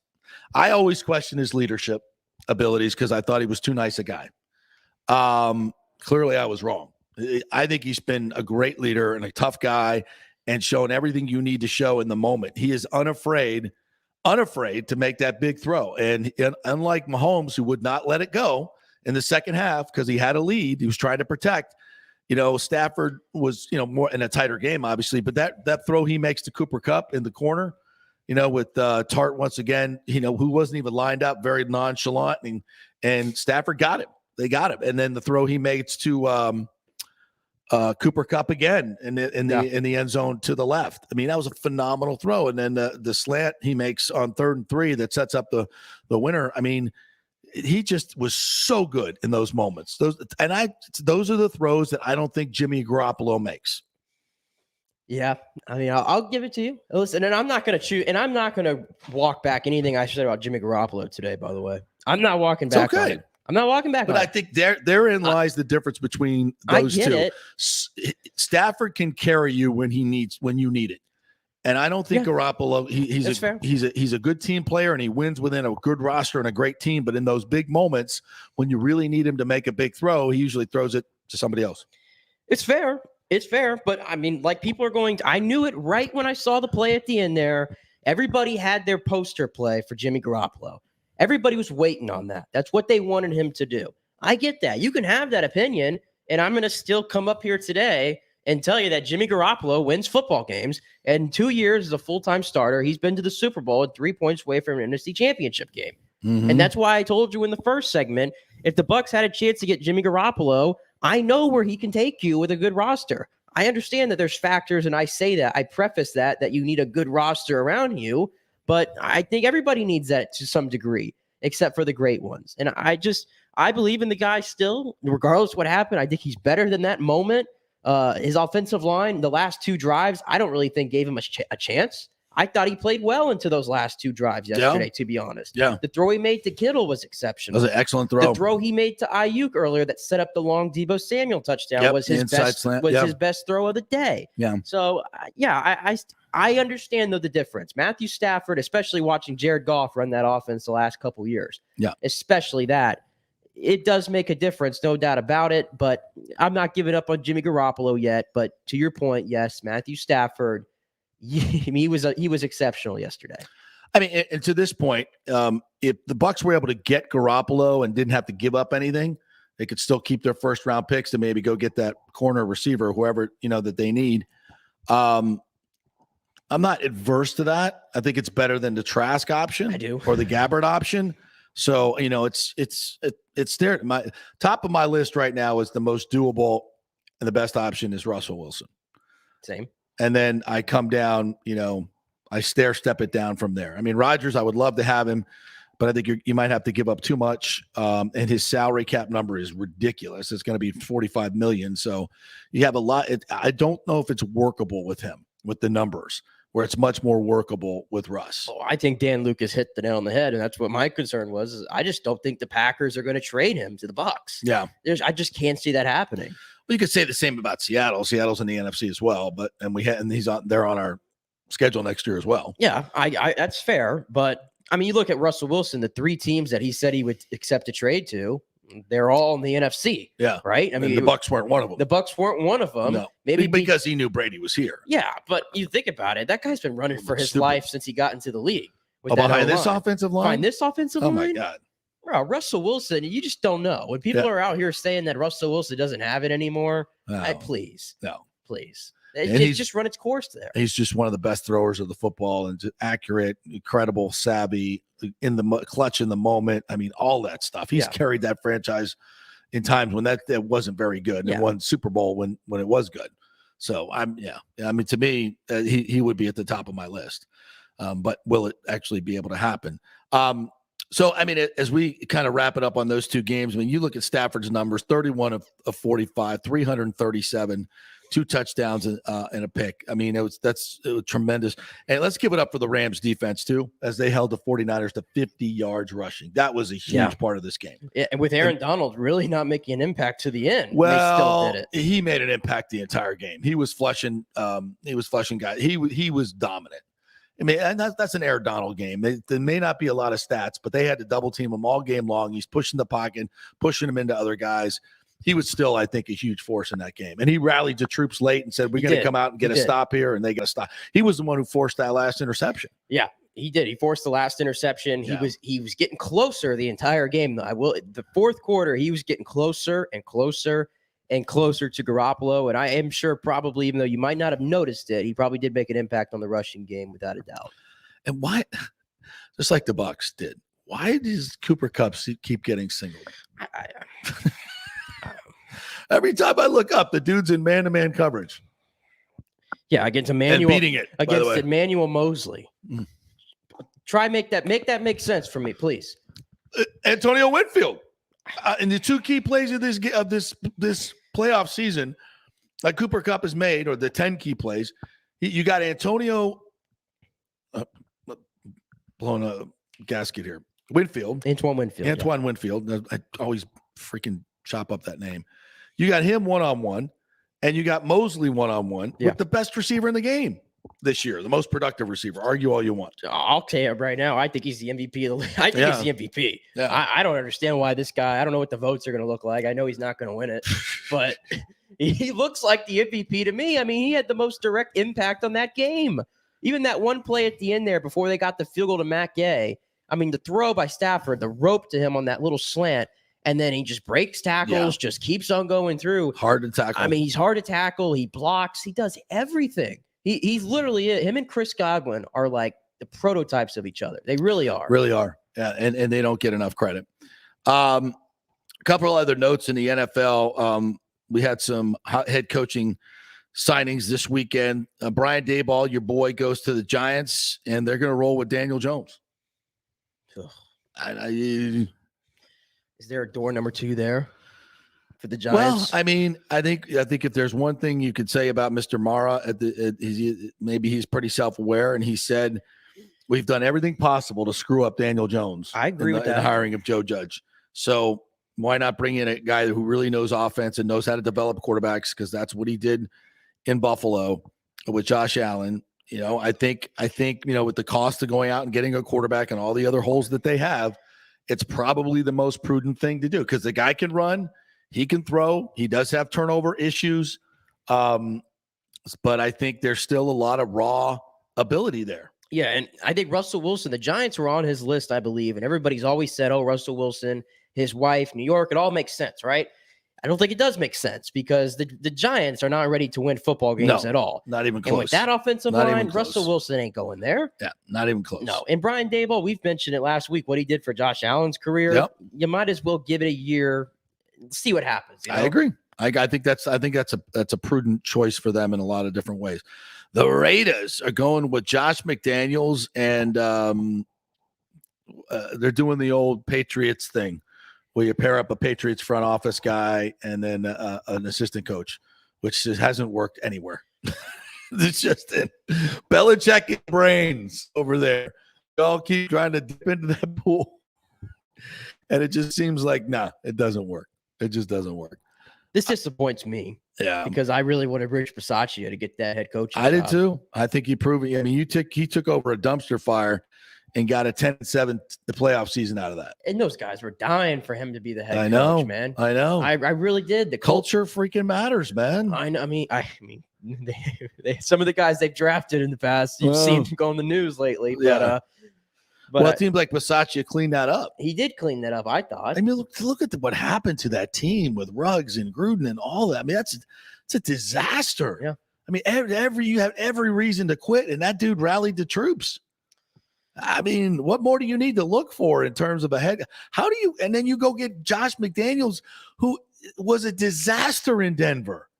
And I know that was a while ago, but then he says he's taking a job with the Colts and, the deal's done and he completely backs out. What are you doing? Good for you. Good for you. Yeah, Mark Davis, you have no clue what you're doing. It just seems like get Mark a haircut David. for God's sakes. Please get a haircut. Jesus, look at yourself. My God, just trying to make a splash. What are you trying doing? to make a splash? And Bisaccia, I guess, is gonna interview with the Jags now. That head coaching search is a joke, by the way. I mean, they're going to interview Bisaccia now. They wanted to interview O'Connell, the Rams OC. And by the way, they were denied by the NFL access to interview him because they didn't request it before a certain dedeadline. Okay. Or a little window period. Well, yeah. Once again, a joke. You don't know what the hell you're doing over there. All right. We're going to take a break. And when we come back, we're very much looking forward to talking with Greg Auman to get an update. I'm interested to hear what his weekend was like with all this Brady speculation going on. Crazy. And what he thinks the options are, the pluses and the minuses of these guys who are behind door number 2 and door number 3 and door number 4. Lots of options here for the Bucs. Greg Auman coming up next. Stay with us.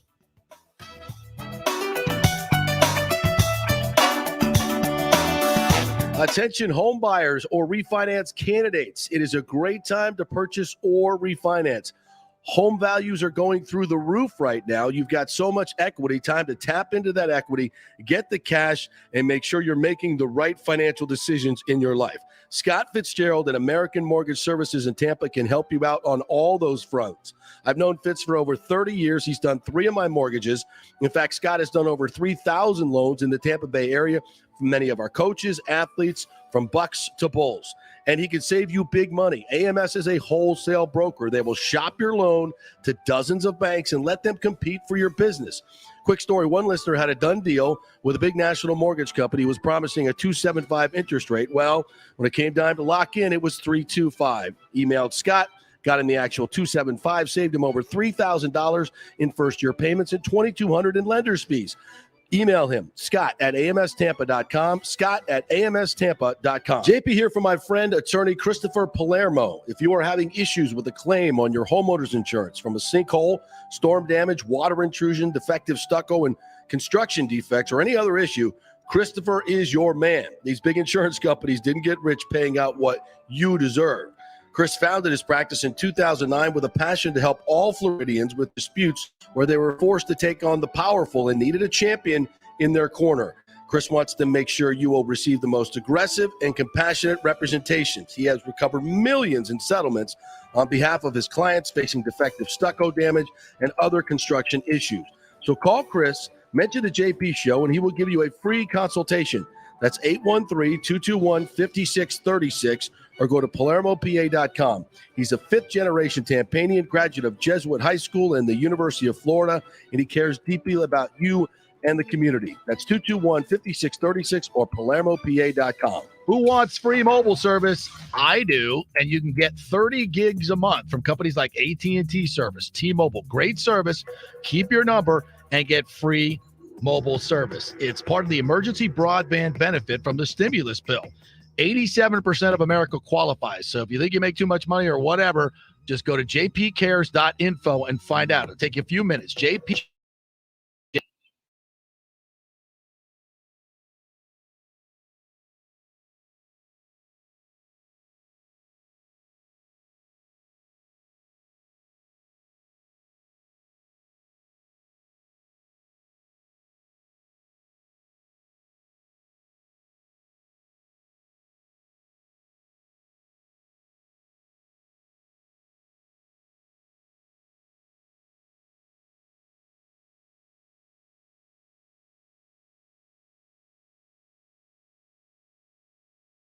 Sam Burns took the title and will defend again at the Copperhead.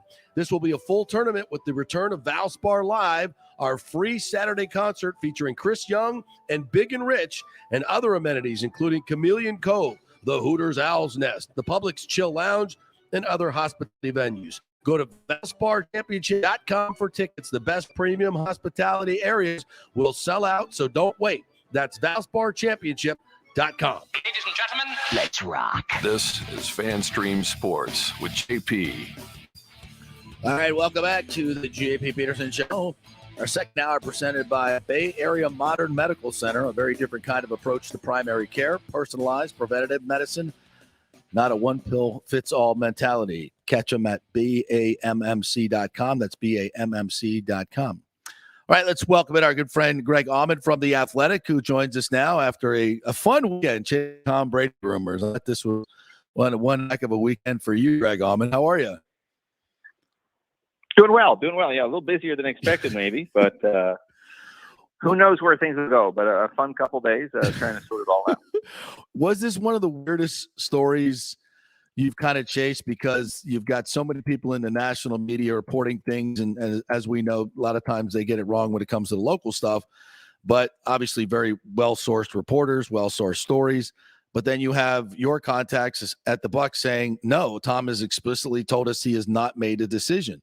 How did you handle this week? It was tricky. Jeff Darlington and Adam Schefter, have spent a lot more time than I have building a relationship with the people around Tom Brady. So if you expected the story to get broken, I would have put good money on Darlington being the guy that would get it. So when it happened, I don't even know that you really question it. It's just like, oh, wow, okay. I mean, ESPN really went all in. I mean, it's all their accounts, that programming, you name it. And then it was odd in that there was just, I think, obviously you get beat on these things a lot. So there's you go through the practice of reaching out to people and saying, hey, can you confirm X and X happened? And it was like, no response for a fairly long time. And you got to where, wow, it's been an hour and the team hasn't done anything yet. There's no acknowledgement. I think one of the TB12 type accounts had put something out, which would seem to validate it. Right. And then that got deleted. So yeah, really kind of strange. And then, had heard back from kind of the right people that no, in fact, like he hadn't reached out to Bruce Arians yet, and that was odd. And then that, it certainly didn't expect things to deteriorate to the point where you wouldn't let the team know you're retiring. Right. That's kind of like a bare minimum is give notice, if you will. So yeah, weird deal. And I can't tell, we don't know whether this is just a case where it didn't get released kind of on his terms the way he wanted to. I mean, normally, if you get scooped on your own retirement, you at least kind of just acknowledge it and move forward with whatever the slick presentation you had in mind. But he hasn't. So that could be that he's waiting until the right time to announce it the way he wants to, or it could be that he isn't retiring, and somehow people that know him really well got kind of burned by somebody in terms of sources, if that's the case. Yeah, I think that's very well put. And I'm trying to read between the lines here. And when you get such a direct denial from the people within the Bucs organization, it's like, wow, this is a head scratcher. And I heard that Brady was out of the country. And so maybe, this is a long planned vacation. And he's just like, I'm not dealing with this until I get back. So just trying to. It could be, yeah.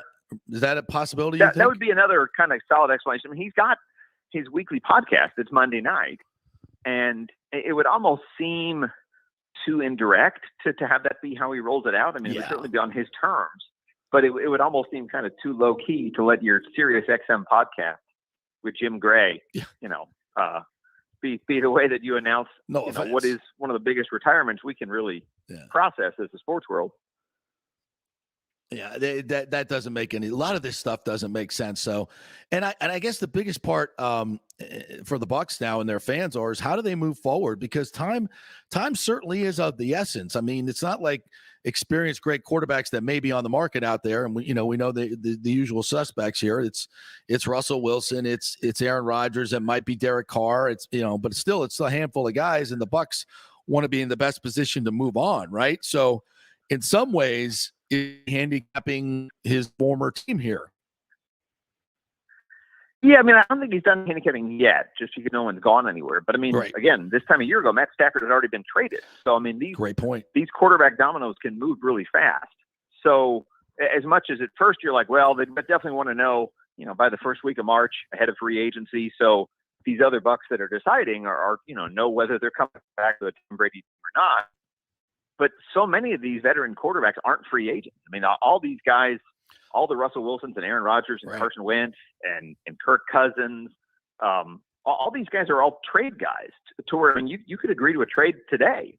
If you knew he wasn't there, I mean, it's kind of like the head coaching thing. Like, you don't want to be the last one to fill your spot. Right. So I definitely think there's an urgency, not necessarily to the week or to the day, but they'll want to know soon. They'd want to know, I mean, if he waited till after the Super Bowl, you'd probably be okay. But they want to know, even if you know privately, you can start planning. Right. And that's why, I wonder if it's, but then again, I mean, if there's anyone that's ever played in this league that deserves some time to make a decision, and if he is truly still contemplating that decision as the Bucs, you're like, hey, take as long as you like, but don't take as long as you like. So it's God, I mean, you don't want to find out in June. You find out in June, it's a whole different mess. Yeah. Well, let me ask you this: of the options that are out there, is there anyone that you think is more desired, would be the best for the Bucs? And I know that's a very loaded question, but of course that's what all the fans want us to talk about. Right. I just laid out, we did a story that it's like, you can't really tell whether it's appropriate to post now. That Times had a pretty good rundown even before the retirement. There wasn't. Yeah. But so, I mean, you can definitely lay out the options. It feels a little bit like you're trampling on somebody's grave if they haven't announced they're retired yet. Yes. And you're already making the short list of who might succeed them. But it's kind of like there's a sliding scale of how exciting it would be and how viable it would be. Right. So everybody gets excited. Again, if you went and got Tom Brady last time, go ahead and aim high, Right. But Aaron Rodgers, Russell Wilson, will be costly to get. And I first and foremost don't know that the Packers or the Seahawks want to trade their quarterback to another NFC team that they'll be playing against this fall, which is the case with both teams. Right. So that makes it tough. I mean, again, it happens. I don't think the Stafford-Goff trade is a good parallel just because I don't think Detroit really cared where Stafford went as much. Right, exactly. But so then there's this whole second tier of guys that are not nearly as good, but much better than like the Gabbert Trask, who they're likely to be this fall. And that's Carson Wentz, and that's Kirk Cousins, and that's Derek Carr. There's a lot of really good quarterbacks that are going to have new coaches, and we don't know how married they are to the quarterback they inherited. So if any of those springs loose, it would make a lot of sense. Those guys are all kind of $20 million quarterbacks, so it's not an easy deal for a team that's going to have a hefty chunk of its salary cap just devoted to Brady, even though he's not playing. Again, this is all supposing he's retiring, right? But and then there's other there's definitely underwhelming options. I mean, Teddy Bridgewater was a plan B. Yep. If they hadn't, if they'd moved on from Winston 2 years ago and hadn't gotten Brady, there's definitely a world where Teddy Bridgewater was the quarterback here. He was their second choice. Yeah. I mean, he's also a free agent, and he would be much less expensive, but is somebody they like, is somebody who knows the NFC South well, and is like a 1 year, $7 million stopgap. He would definitely give you a year where you'd still contend this year, and then you can decide a year from now whether he's the guy or whether you turn it to Trask and give him 2 years as a starter. That would be the modest compromise where you're not going to go with a 7-time Super Bowl champ, but you're also not going to go to a guy who really hasn't had a meaningful snap in his NFL career, or a guy like Gabbert who hasn't really started in like 4 years. Right. Greg Auman joining us here from The Athletic. I looked at all the different possibilities, and I'll just throw this out at you, get your take on this. Russell Wilson at 33. You have obviously much younger than Aaron Rodgers. You're going to have to pay a lot to get either one of them. So I want someone I'm going to have for a little while longer. I think this Bucs roster is ready to win. I think they can bring back the guys they need to bring back, the Godwins, the Carlton Davis, the Jensen. I think they can rework those contracts. I think they can do it. Evans is still very much in his prime. So I do think you want to go with somebody you can bring in and can win right away as a proven winner. I mean, that's the template that Brady has brought to the NFL, another contribution. It's working for the Rams. So I think Seattle is in a rebuild mode. I really think that they need picks. Right. And I'm willing to give up my 2 first-round picks the next 2 years. I might even throw in a second because I think this roster is good enough to win with a guy like Russell Wilson right now. His salary could fit kind of into our cap a lot better than Rodgers' $46 million. Am I right on all those numbers? And is that something that is kind of doable? What do you think?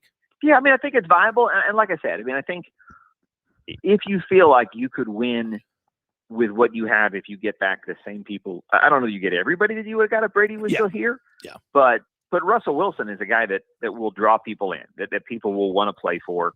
You'd have every bit the offensive excitement they had with Brady. I mean, it might not be quite as prolific, but Russell Wilson is still, you go to somebody who's 12 years, 10 years younger than Brady. Yeah. Wow. Again, I think what you want to do. I go back to what Bruce did in 13 in Arizona is you want to find a circumstance where a quarterback is available that really shouldn't be. Yeah. So, he caught Carson Palmer coming off of a solid 4,000 yard, 22 touchdown season at age 33. And that's kind of right in the wheelhouse of the, Wentz types. It could have been Stafford if this was a year ago. Again, you have to find somebody who, for whatever reason, his current team isn't enamored with. If they're just tired of him, mm-hmm. If you have a new coach like you would with Carr or with Cousins, I think that's what they have to look for. I don't think, as much as he's praised Blaine Gabbert, I don't think you can go straight from Brady all the way to Gabbert or all the way to Trask. Just because if you did that and you went, 5-12, you're kind of doing a disservice to all the guys that were sold on coming to Tampa and having a chance to win and compete for a championship. Greg Auman joining us here. Greg, I got some pretty good information that Gronk has decided to call it quits. He's moving on. Someone in his inner circle has confirmed that to me. So, and I think that's obviously contingent upon Brady. It furthers the Brady narrative quitting. So I think that's the only big piece that the Bucs would lose, and it's a significant piece. Let's just be honest about that. But I do think I don't think the Bucs want to go in full rebuild mode, right? Do you sense they're anywhere close to that? Because you lose Brady and say, okay, we're not going to go after one of these guys. We're going to hold on to draft picks. We're going to try to rebuild this thing, Kyle Trask. I don't think they're leaning that way. Do you? No, I don't think so. With or without Brady, I don't think they're taking that way. I mean, their cap situation means they can't keep everybody, and that would have been the case with Brady. They're not going to keep them all. But without Brady, now all of a sudden maybe you're keeping 5 of your top 10 free agents instead of 7 or 8. Right. If they keep Godwin, if they franchise Carlton Davis, that's the biggest one to keep. That's huge. But I don't know if they definitely can't pay for Jensen and Kappa. If Brady came back, I would have expected them to pay for Jensen just because I don't think you can forget to come back at age 45 and then say, hey, do you mind breaking in a brand new center? Yeah, I agree.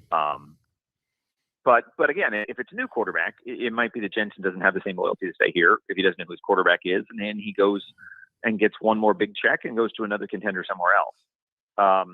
Again, a Jordan Whitehead, is he a guy that they keep for $5 million a year? Or does he get $7 or $8 million to go somewhere else? There's lots of questions like that. Pierre-Paul might be retired. Sue could be back, but could be retired. Golston's probably back. There's a lot of those between. I don't think Ronald Jones is back. I don't think O.J. Howard is back. It's possible that Fournette is back if he doesn't have a lot of big offers, but I don't really see the Bucs going to $6, $7, $8 million a year to keep him either.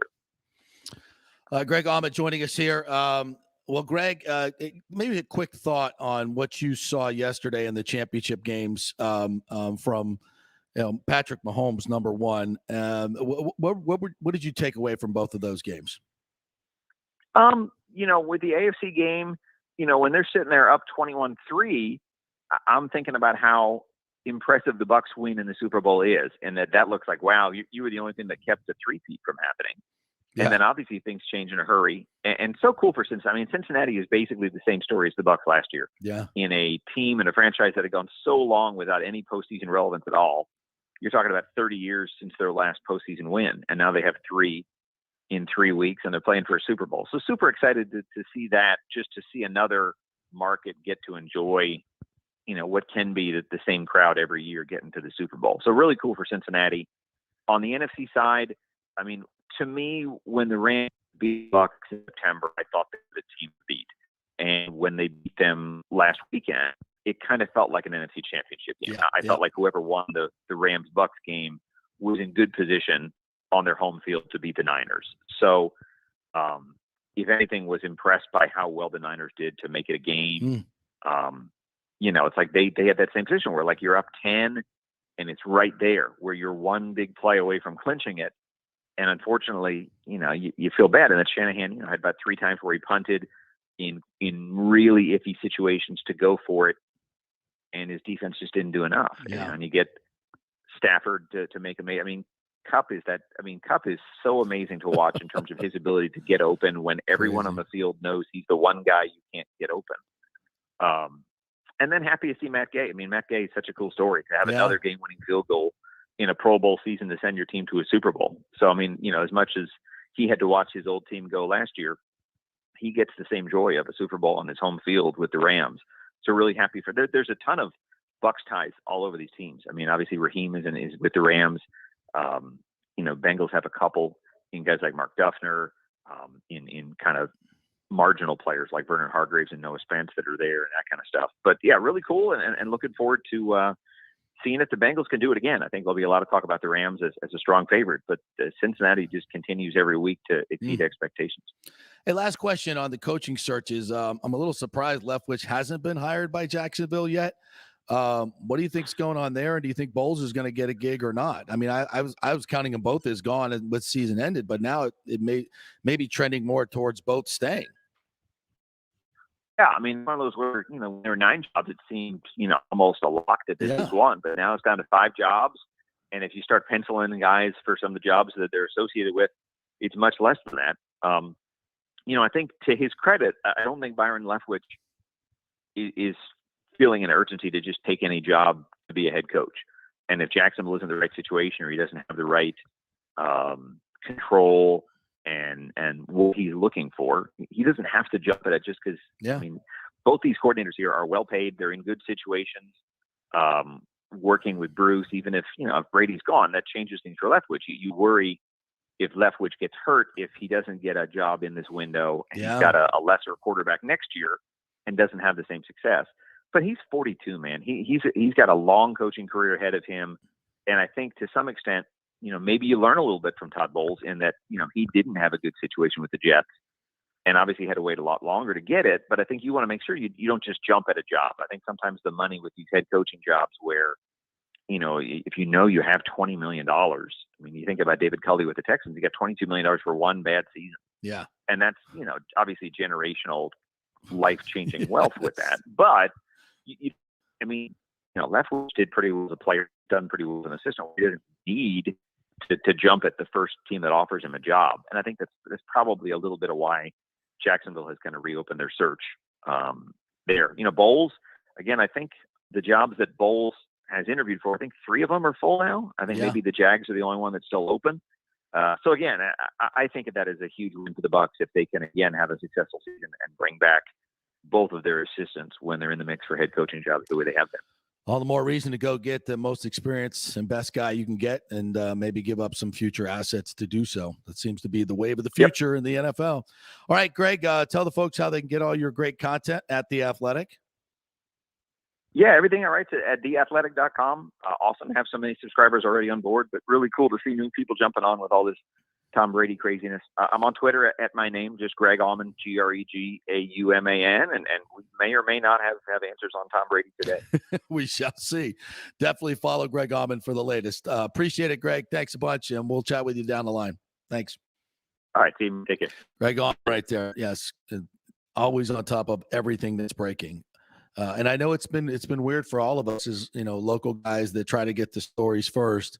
We all have our certain sources that we trust and we go to, and when they're telling you directly opposite of what these highly established national entities and reporters are doing, it may be the first time that's ever happened in my career, to be quite honest. It's you'll get tacit denials. You'll get like, well, we haven't really heard yet, but literally get a text saying those reports are false. He has not decided yet. He has told us directly he has not decided yet. And you're like, oh, okay. Maybe you could explain this more than me. I had ESPN on the TV that night. I had it on yesterday. Yeah. I have it on right now. I'm reading the headlines. I'm listening. Nobody there is acknowledging that he hasn't officially retired. Every headline just says Tom Brady retires after 22 seasons, and everybody's singing their swan song. I mean, what's the rationale for that? Are they just trying to stick to their story and not list anything else? Or, because clearly they haven't caught up to what else happened. I try to tell you folks when I know something directly and when I have a feel for things and give you kind of a level of what we're doing here. But this is a bizarre situation. Yeah. It's never, again, and this may be Brady telling the Bucs. To me, this is what resonates the most. Is that Brady wants to do it on his terms. And I think this is what happens, when you're trying to be a great husband and a great dad. And I guarantee you, he said, as soon as the season is over, we're going on a 2-week vacation to blah, blah, blah. And he's promised himself that he's not going to make a decision. He's telling everybody he's not going to make a decision. And I think what happened in this first week is he's got all these people, the Bucs want to know what's going on. All the business entities want to know what's going on. And I'm thinking that he said, look, guys, I'm 95, 94, whatever the 90 was % sure that I'm going to retire. So start making plans as if if you need to know now and start doing things, that's the best I can give you. I'm not definitely deciding, because I always told myself I wasn't going to do it in the first week after the season because that's a bad week to decide mentally, blah, blah, blah, blah, blah. Going to give it 2 weeks. And so a lot of people ran with that, and they told Schefter that, and they told these guys that yes, it's going to happen. It's going to happen, but it's not going to be official for another couple of weeks, but you can go with that. You can go with that. That's when I think that's probably what happened. And then the Bucs, they may or may not know, but they're trying to hold on to Brady's timeline. Like we want to honor his timeline. So even if we think he's going to retire and we're acting like he's going to retire, we're going to tell all the people that are asking us he hasn't decided yet, because technically he hasn't. So did that make any sense whatsoever? I think that's where it's this huge freaking gray area thing. It's still bizarre. It's still bizarre. And let's not forget, folks, we're dealing with the greatest player in the history of the game, who is still moving the needle, is still the linchpin to what everything else is going to happen in the NFL. Think about that. He's going to be 45 years old. But he is still the linchpin that controls Aaron Rodgers' destiny to some degree, Russell Wilson's destiny to some degree. Like, he's the linchpin. We have to wait to see what he does before anything can really happen. Now, teams can go ahead and do what they're going to do. I get that. But, it's to be best informed, like Rodgers wants to know. Rodgers wants to know, is Tampa Bay an option? Russell Wilson wants to know, is Tampa Bay an option? Before I choose, I want to know. That's a pretty good option. That worked before.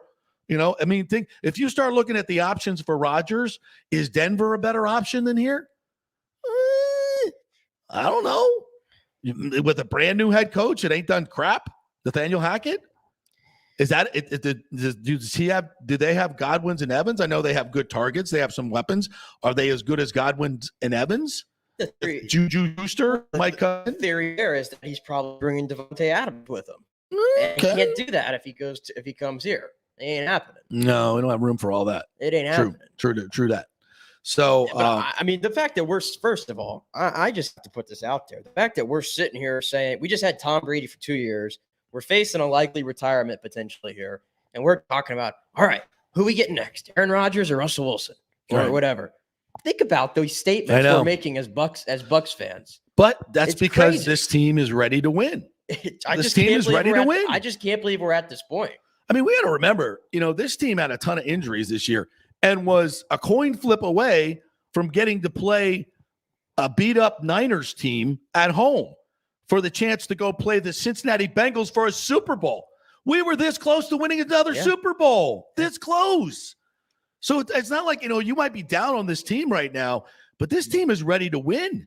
This is not a rebuild for the Buccaneers. It's not. And you're looking at a scenario, which you just mentioned it there with Greg, where you might have a shot at keeping both coordinators at the moment. Yes. I mean, if Todd Bowles, if the team that's looking at Todd Bowles most is Minnesota and Jim Harbaugh's in that running, where do you think that's going? Right. The longer the Jaguars drag this out, do you think Leftwich is going there? Probably not. And the chances are your division is a layup. Yeah. Like, you're going to the playoffs. You might be 9-8 going to the playoffs with that schedule, but you're going to you're getting in the tournament next year. You are. So that the regular season might make you tougher. And we looked at the regular season, by the way, even though we said it was so daunting. If you really break it down, look at it. If you play Green Bay at home without Aaron Rodgers and without Devontae Adams, different story. You play the Kansas City's going to be good next year, regardless. The LA Rams, if they win the Super Bowl, who knows what happens to that team? They lose all their assistant coaches. They're up against the cap. They can't keep everybody. They can't keep Ramsey and all these guys. That's going to be a different team. The Cardinals, I'm not even scared of anymore. The 49ers, what are they going to look at without Jimmy Garoppolo and maybe lose some other people? The Steelers, we have no idea what they're going to be. The Bengals could be the Super Bowl champions. I don't know. Seahawks without Russell Wilson, that's a terrible roster. And even with Russell Wilson, I mean, they're not a good team. And the Ravens, they tumbled last year at the end of the year. Yeah, and they look like they're heading towards a little bit of a And the Browns, it could be the most daunting schedule, and it could be not so. It could be not so much. It's just it's weird. It's such a year-to-year, week-to-week league, right? Even if you looked at it, if said that the scenario happens where Rodgers returns to Green Bay and everything stays put there, I still think the Bucks probably are favored in what is it? Is it still 17 games next year? We go back to 16. We're staying 17. 17, yeah. You say 17, the Bucks are probably favored in what? 14, 15 of those games? Yeah, because don't forget all those games the tough ones are at home. Don't sell yourself short. The Bucks are still one of the best teams in the league. This is still a great team, but is it a great team with Kyle Trask? Probably not. No. It's not. Is it a great team with Russell Wilson? Hell yes, it is. It doesn't have a drop off to me. No, is a great team with Derek Carr? You don't want to play him, So, yeah, bring an experienced quarterback here, and you're without. I'm not saying you don't miss a beat. It's freaking Brady, but you're a contender. You're a contender. The Bengals are going to the Super Bowl. All right. Our thanks to Greg Auman today. Dan Lucas also joined us. If you missed anything, you can always download our app and never miss a minute because it just starts right up. You just tap that app. We're always on Twitter and on Facebook and on YouTube. Subscribe on YouTube and get our show each and every day and get a notification that we're ready to go. And we're ready to go every day live from 10 to noon. You can always catch the breaking news. Once again, our breaking news today, Gronk is done. We are reporting such. He is not coming back. So chew on that, and we'll see what happens tomorrow. Have a great day, everybody.